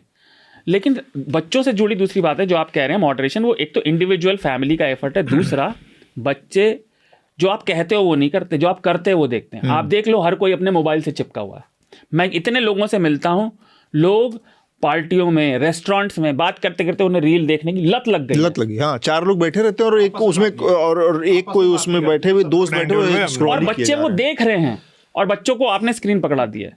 ये हर तरह का अब्यूज, मानव सभ्यता के इतिहास में जब भी नई चीज आई है उसका मिसयूज और सदुपयोग और दुरुपयोग दोनों हुआ है। ये हमारे हाथ में है, उसको हम कैसे डिजाइन करें अपने एडवांटेज के लिए। पर ये इस समय का इसका लेवल जो बहुत दूसरा है, हाँ, पीढ़ियों वाला बात है, वो बहुत रिजनेबल लॉजिक है। मतलब आज की पीढ़ी को जिस हिसाब से अवेलेबिलिटी है और जितना इसका दुष्प्रभाव है, आप क्रिकेट के लती हो जाइए, हमारे टाइम की जो बात हो रही थी, हाँ, आप फुटबॉल के लती हो जाइए। गेम इनहेरेंटली होता है लत, आपको लगती है, मैं हम सोते जागते दिमाग में चलता रहता है कौन सी बॉल, ऑब्सेशन होता है। ऑब्सेशन को आप डायरेक्ट अच्छी चीजों के लिए भी कर सकते हैं कि कौन सी बॉल इश्यूज भी हैं उसमें, कुछ लोग एडिक्शन के लिए ज्यादा प्रोन भी होते हैं। अब ये भी प्रूवन मेडिकल फैक्ट है कि कुछ लोगों के genetics are more prone to addiction, कुछ लोगों के नहीं होते। हजारों चीजें मिल, कोई किसी भी चीज का कोई एक सोल कारण नहीं होता है ना, कई चीजें मिलकर बनती है। बट खैर, तो हम आज की चर्चा को यहाँ पर रोकेंगे। मेरे ख्याल से इस पर हमने काफ़ी अच्छी बातचीत की है, आगे भी इस पर बातचीत के लिए, क्योंकि ये बहुत लंबी बातचीत है और इस पर कभी कुछ एक्सपर्ट्स को भी इसमें शामिल करके, ताकि और भी इसके हम पहलुओं को थोड़ा जान समझ पाएँ। सबसे पहले हम रिकमेंडेशन लेंगे और फिर इस चर्चा को रोकेंगे। तो शार्दुल, आपसे शुरू करते हैं। मैं जो बता रहा था आपको आर्टिकल के, वो एक आया है कि जेन जी इज़ पहली जनरेशन है जो थोड़ा आईक्यू और कॉग्निटिव मेजर्स पे लो स्कोर कर रही है बिकॉज ऑफ स्क्रीन एडिक्शन। तो मुझे वो दिखा था मनी कंट्रोल पे, मैं वही कर देता हूँ। मनी कंट्रोल पे आर्टिकल था, तो मेरा पहला रिकमेंडेशन वो है। और दूसरा, अनमोल ने जो कोटद्वार का हमने जिक्र किया था, तो उस दीपक से अनमोल ने बात की थी, हमारे रिपोर्टर मेरे साथी ने। आप देखिए, क्योंकि मुझे पर्सनली ऐसे लोग पसंद हैं जो भाई जो चीज़ हमें पसंद है वो हम करेंगे, आपको अच्छा लगे या ना लगे। तो दीपक उस तरह का व्यक्ति मुझे लगा जो अपने जो उसमें बिलीव करता था उसमें अड़ा हुआ। आप उससे अग्री या डिसएग्री कर सकते हैं, पर ये 2 मेरे रिकमेंडेशन। आनंद, आपका रिकमेंडेशन? मेरा 2 रिकमेंडेशन दोनों चर्चा के विषय पे ही। पहले जो अभी चर्चा हो रही थी उस पर है। एक यूएस की राइटर है, मैं नाम भूल रहा हूँ, उनकी किताबें मैंने पहले भी रिकमेंड किया था इसी पर, एडिक्शन पर, ऑनलाइन एडिक्शन पर, कि उन्होंने कई स्टडीज़ पे और रिकमेंड किया है कि doing nothing the resisting attention economy, मतलब कुछ नहीं करो, अटेंशन इकॉनमी को रजिस्ट करना है। तो और भी कई, ऐसा नहीं है, जैसे बर्ट्रैंड रसेल जो फिलोसफर थे, उन्होंने कहा था कि बोर होना, बोरियत जो है बहुत ज़रूरी है सभ्यता के लिए। अगर आप बोर नहीं होइएगा, हमेशा इंटरटेन्ड रहिएगा, तो ये जो है सभ्यता का पतन शुरू होता है इससे। तो बच्चों को बोर होने देना, किशोर को बोर देना बहुत ज़रूरी है, क्योंकि आप बोर होते हैं तो आप कुछ चीज़ सोचते हैं, कुछ ये करते हैं, और कुछ चीज़ में इंगेज हो जाते हैं, तो वो आपका दिमाग को कोलोनाइज कर लेता है। वो कोलोनाइज, तो बोरियत जो है क्रिएटिविटी के लिए, थिंकिंग के लिए बहुत ज़रूरी है। तो डूइंग नथिंग और अटेंशन इकॉनमी, ये एक पहली। दूसरा है कि एक चूँकि हिंदी का मंच है, तो और चाइना भारत युद्ध पर बात हुई थी, तो ये अभी तक के जो स्वतंत्रता के बाद का भारत का इतिहास है, इसमें 2 घटनाएं जो कि 9 वर्ष के अंतराल में ही हुई। भारत के सभी जो विदेश नीति के जानकार हैं वो एक बात पर सहमत हैं कि भारत की, क्योंकि विदेश नीति निरंतरता की चीज़ है, तो कई चीज़ें जो हैं समय के साथ बदल जाती हैं। आज जो ठीक लग रहा है कल नहीं लगेगा, परसों नहीं लगेगा। लेकिन एक, इसलिए विजय पर आ जाए इसमें ज़्यादा होती नहीं, लेकिन एक पर जो लोग हैं कि 1971 का जो भारत की जो विजय थी, वो भारत की विदेश नीति की सबसे बड़ी विजय है, क्योंकि भारत का जो ट्रू फ्रंट है उसने हटा दिया था, मतलब कि पाकिस्तान जो ये था, तो वो सबसे बड़ी विजय मानी जाती है भारतीय विदेश नीति की।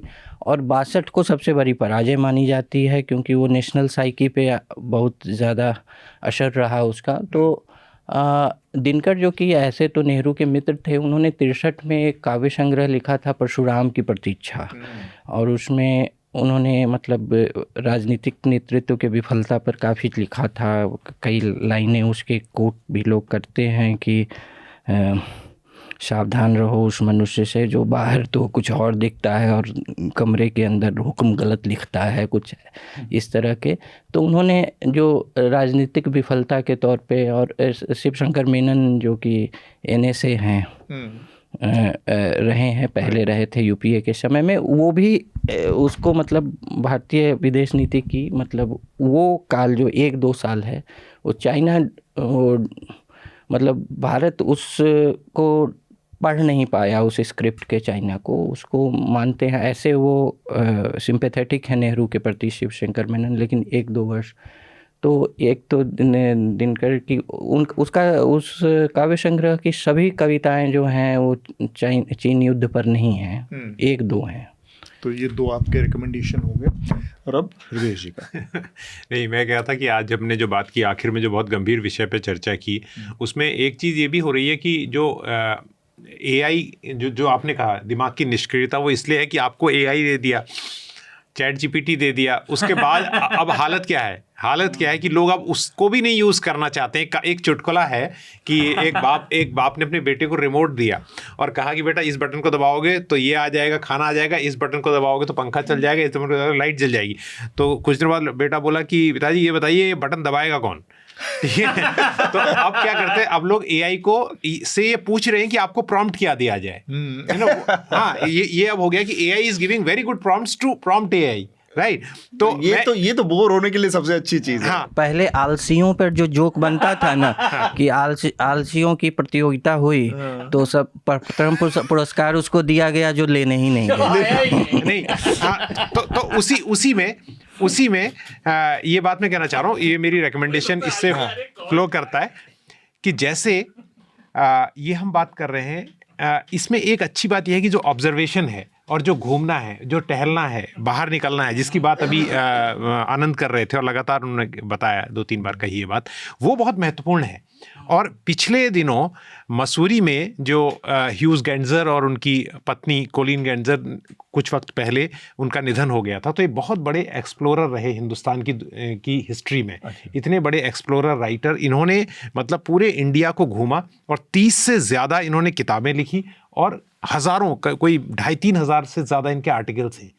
और ये पहले एडमिरल रहे भारतीय नौसेना में और उसके बाद रिटायर हो गए। तो मसूरी में जो गिने चुने लोग हैं, बिल एटकिन कुछ साल पहले चले गए, इनकी वाइफ कॉलिन चली गई, और वहाँ पर जैसे रस्किन बॉन्ड हैं और अभी स्टीफन ऑल्टर रहते हैं। तो ये उस जमात के एक व्यक्ति और हैं जो अब अलविदा कह दिया इन्होंने। तो इनकी पुस्तकें अगर कोई देखे इस लिहाज से, क्योंकि हिंदुस्तान सरकार ने भी इनकी पुस्तकें शुरू में कमीशन की और इन्होंने हिंदुस्तान के सबसे अनएक्सप्लोर्ड इलाकों में जाके वहाँ की संस्कृति के बारे में लोगों से बात करके लिखा, और खाने के बारे में बहुत अच्छा लिखा, केरला के। तो इस अगर सीरीज़ को, इंट्रीगिंग इंडिया सीरीज़ है, अगर इसको देखा जाए और आदमी इसको इंटरनेट पर देखे या किसी तरह से करे, कम से कम इन दो हस्तियों के बारे में जाने, तो इट्स वेरी फैसिनेटिंग। और मैं जानता हूँ कि बहुत कम लोगों को हो सकता है सुन रहे हैं जो उन्हें पता हो, पर they are one of the very few and very rare writers of Indian travel movie. ठीक है। तो इसके बाद अब एक छोटा सा, फिर से अब हृदय जी ने कहा है तो वही, हालांकि मैं बहुत दिनों से कोई सीरीज वीरीज नहीं देख रहा था, मैं फिल्म लेकिन बहुत दिनों में मिल के मैंने कंप्लीट किया। तो एक सीरीज वो पिछले हफ्ते किसी ने रिकमेंड भी किया था उसको, तस्करी एक सीरीज आई है। अच्छा। और एयरपोर्ट ऑपरेशन पे नेटफ्लिक्स पे। बेसिकली ये बड़ी पेसी सीरीज है और इंटरेस्टिंग इस लिहाज से कि कितने तरीकों से लोग विदेशों से चोरी चकारी करके सामान लेके आते हैं यहाँ पे, और उसको पकड़ने के तरीके जो है वो भी कितने इंटरेस्टिंग है। तो इसमें मेनली तो मुख्य चीज़ तो सोना है कि सोना कैसे आता है देश में अलग अलग तरीकों से, गलत तरीकों से, पर और भी बहुत सारी चीज़ें। तो इंटरेस्टिंग है, देखा जाए। लॉ एनफोर्समेंट और अपराध तो हमेशा डाल और पात का ही रिश्ता रहा। इसके साथ ही रिलेशनशिप। इसके साथ ही हम अपनी आज की चर्चा को यहाँ पर रोकेंगे। इस चर्चा में शामिल होने के लिए यशवर्धन आजाद जी, शार्दुल, आनंद और हृदय, आप सबका बहुत बहुत शुक्रिया। Thank you, bye bye. आपको उन मीडिया संस्थानों को समर्थन देना होगा जो सरकारी विज्ञापनों पर निर्भर नहीं है। न्यूज लॉन्ड्री ऐसा ही मीडिया प्लेटफॉर्म है। हम किसी से विज्ञापन नहीं लेते। न्यूज लॉन्ड्री को सब्सक्राइब करने के लिए newslaundry.com/subscription पर जाएं और अपने मन मुताबिक राशि चुनें। न्यूज लॉन्ड्री को सब्सक्राइब करें और गर्व से कहें, मेरे खर्च पर आजाद हैं खबरें।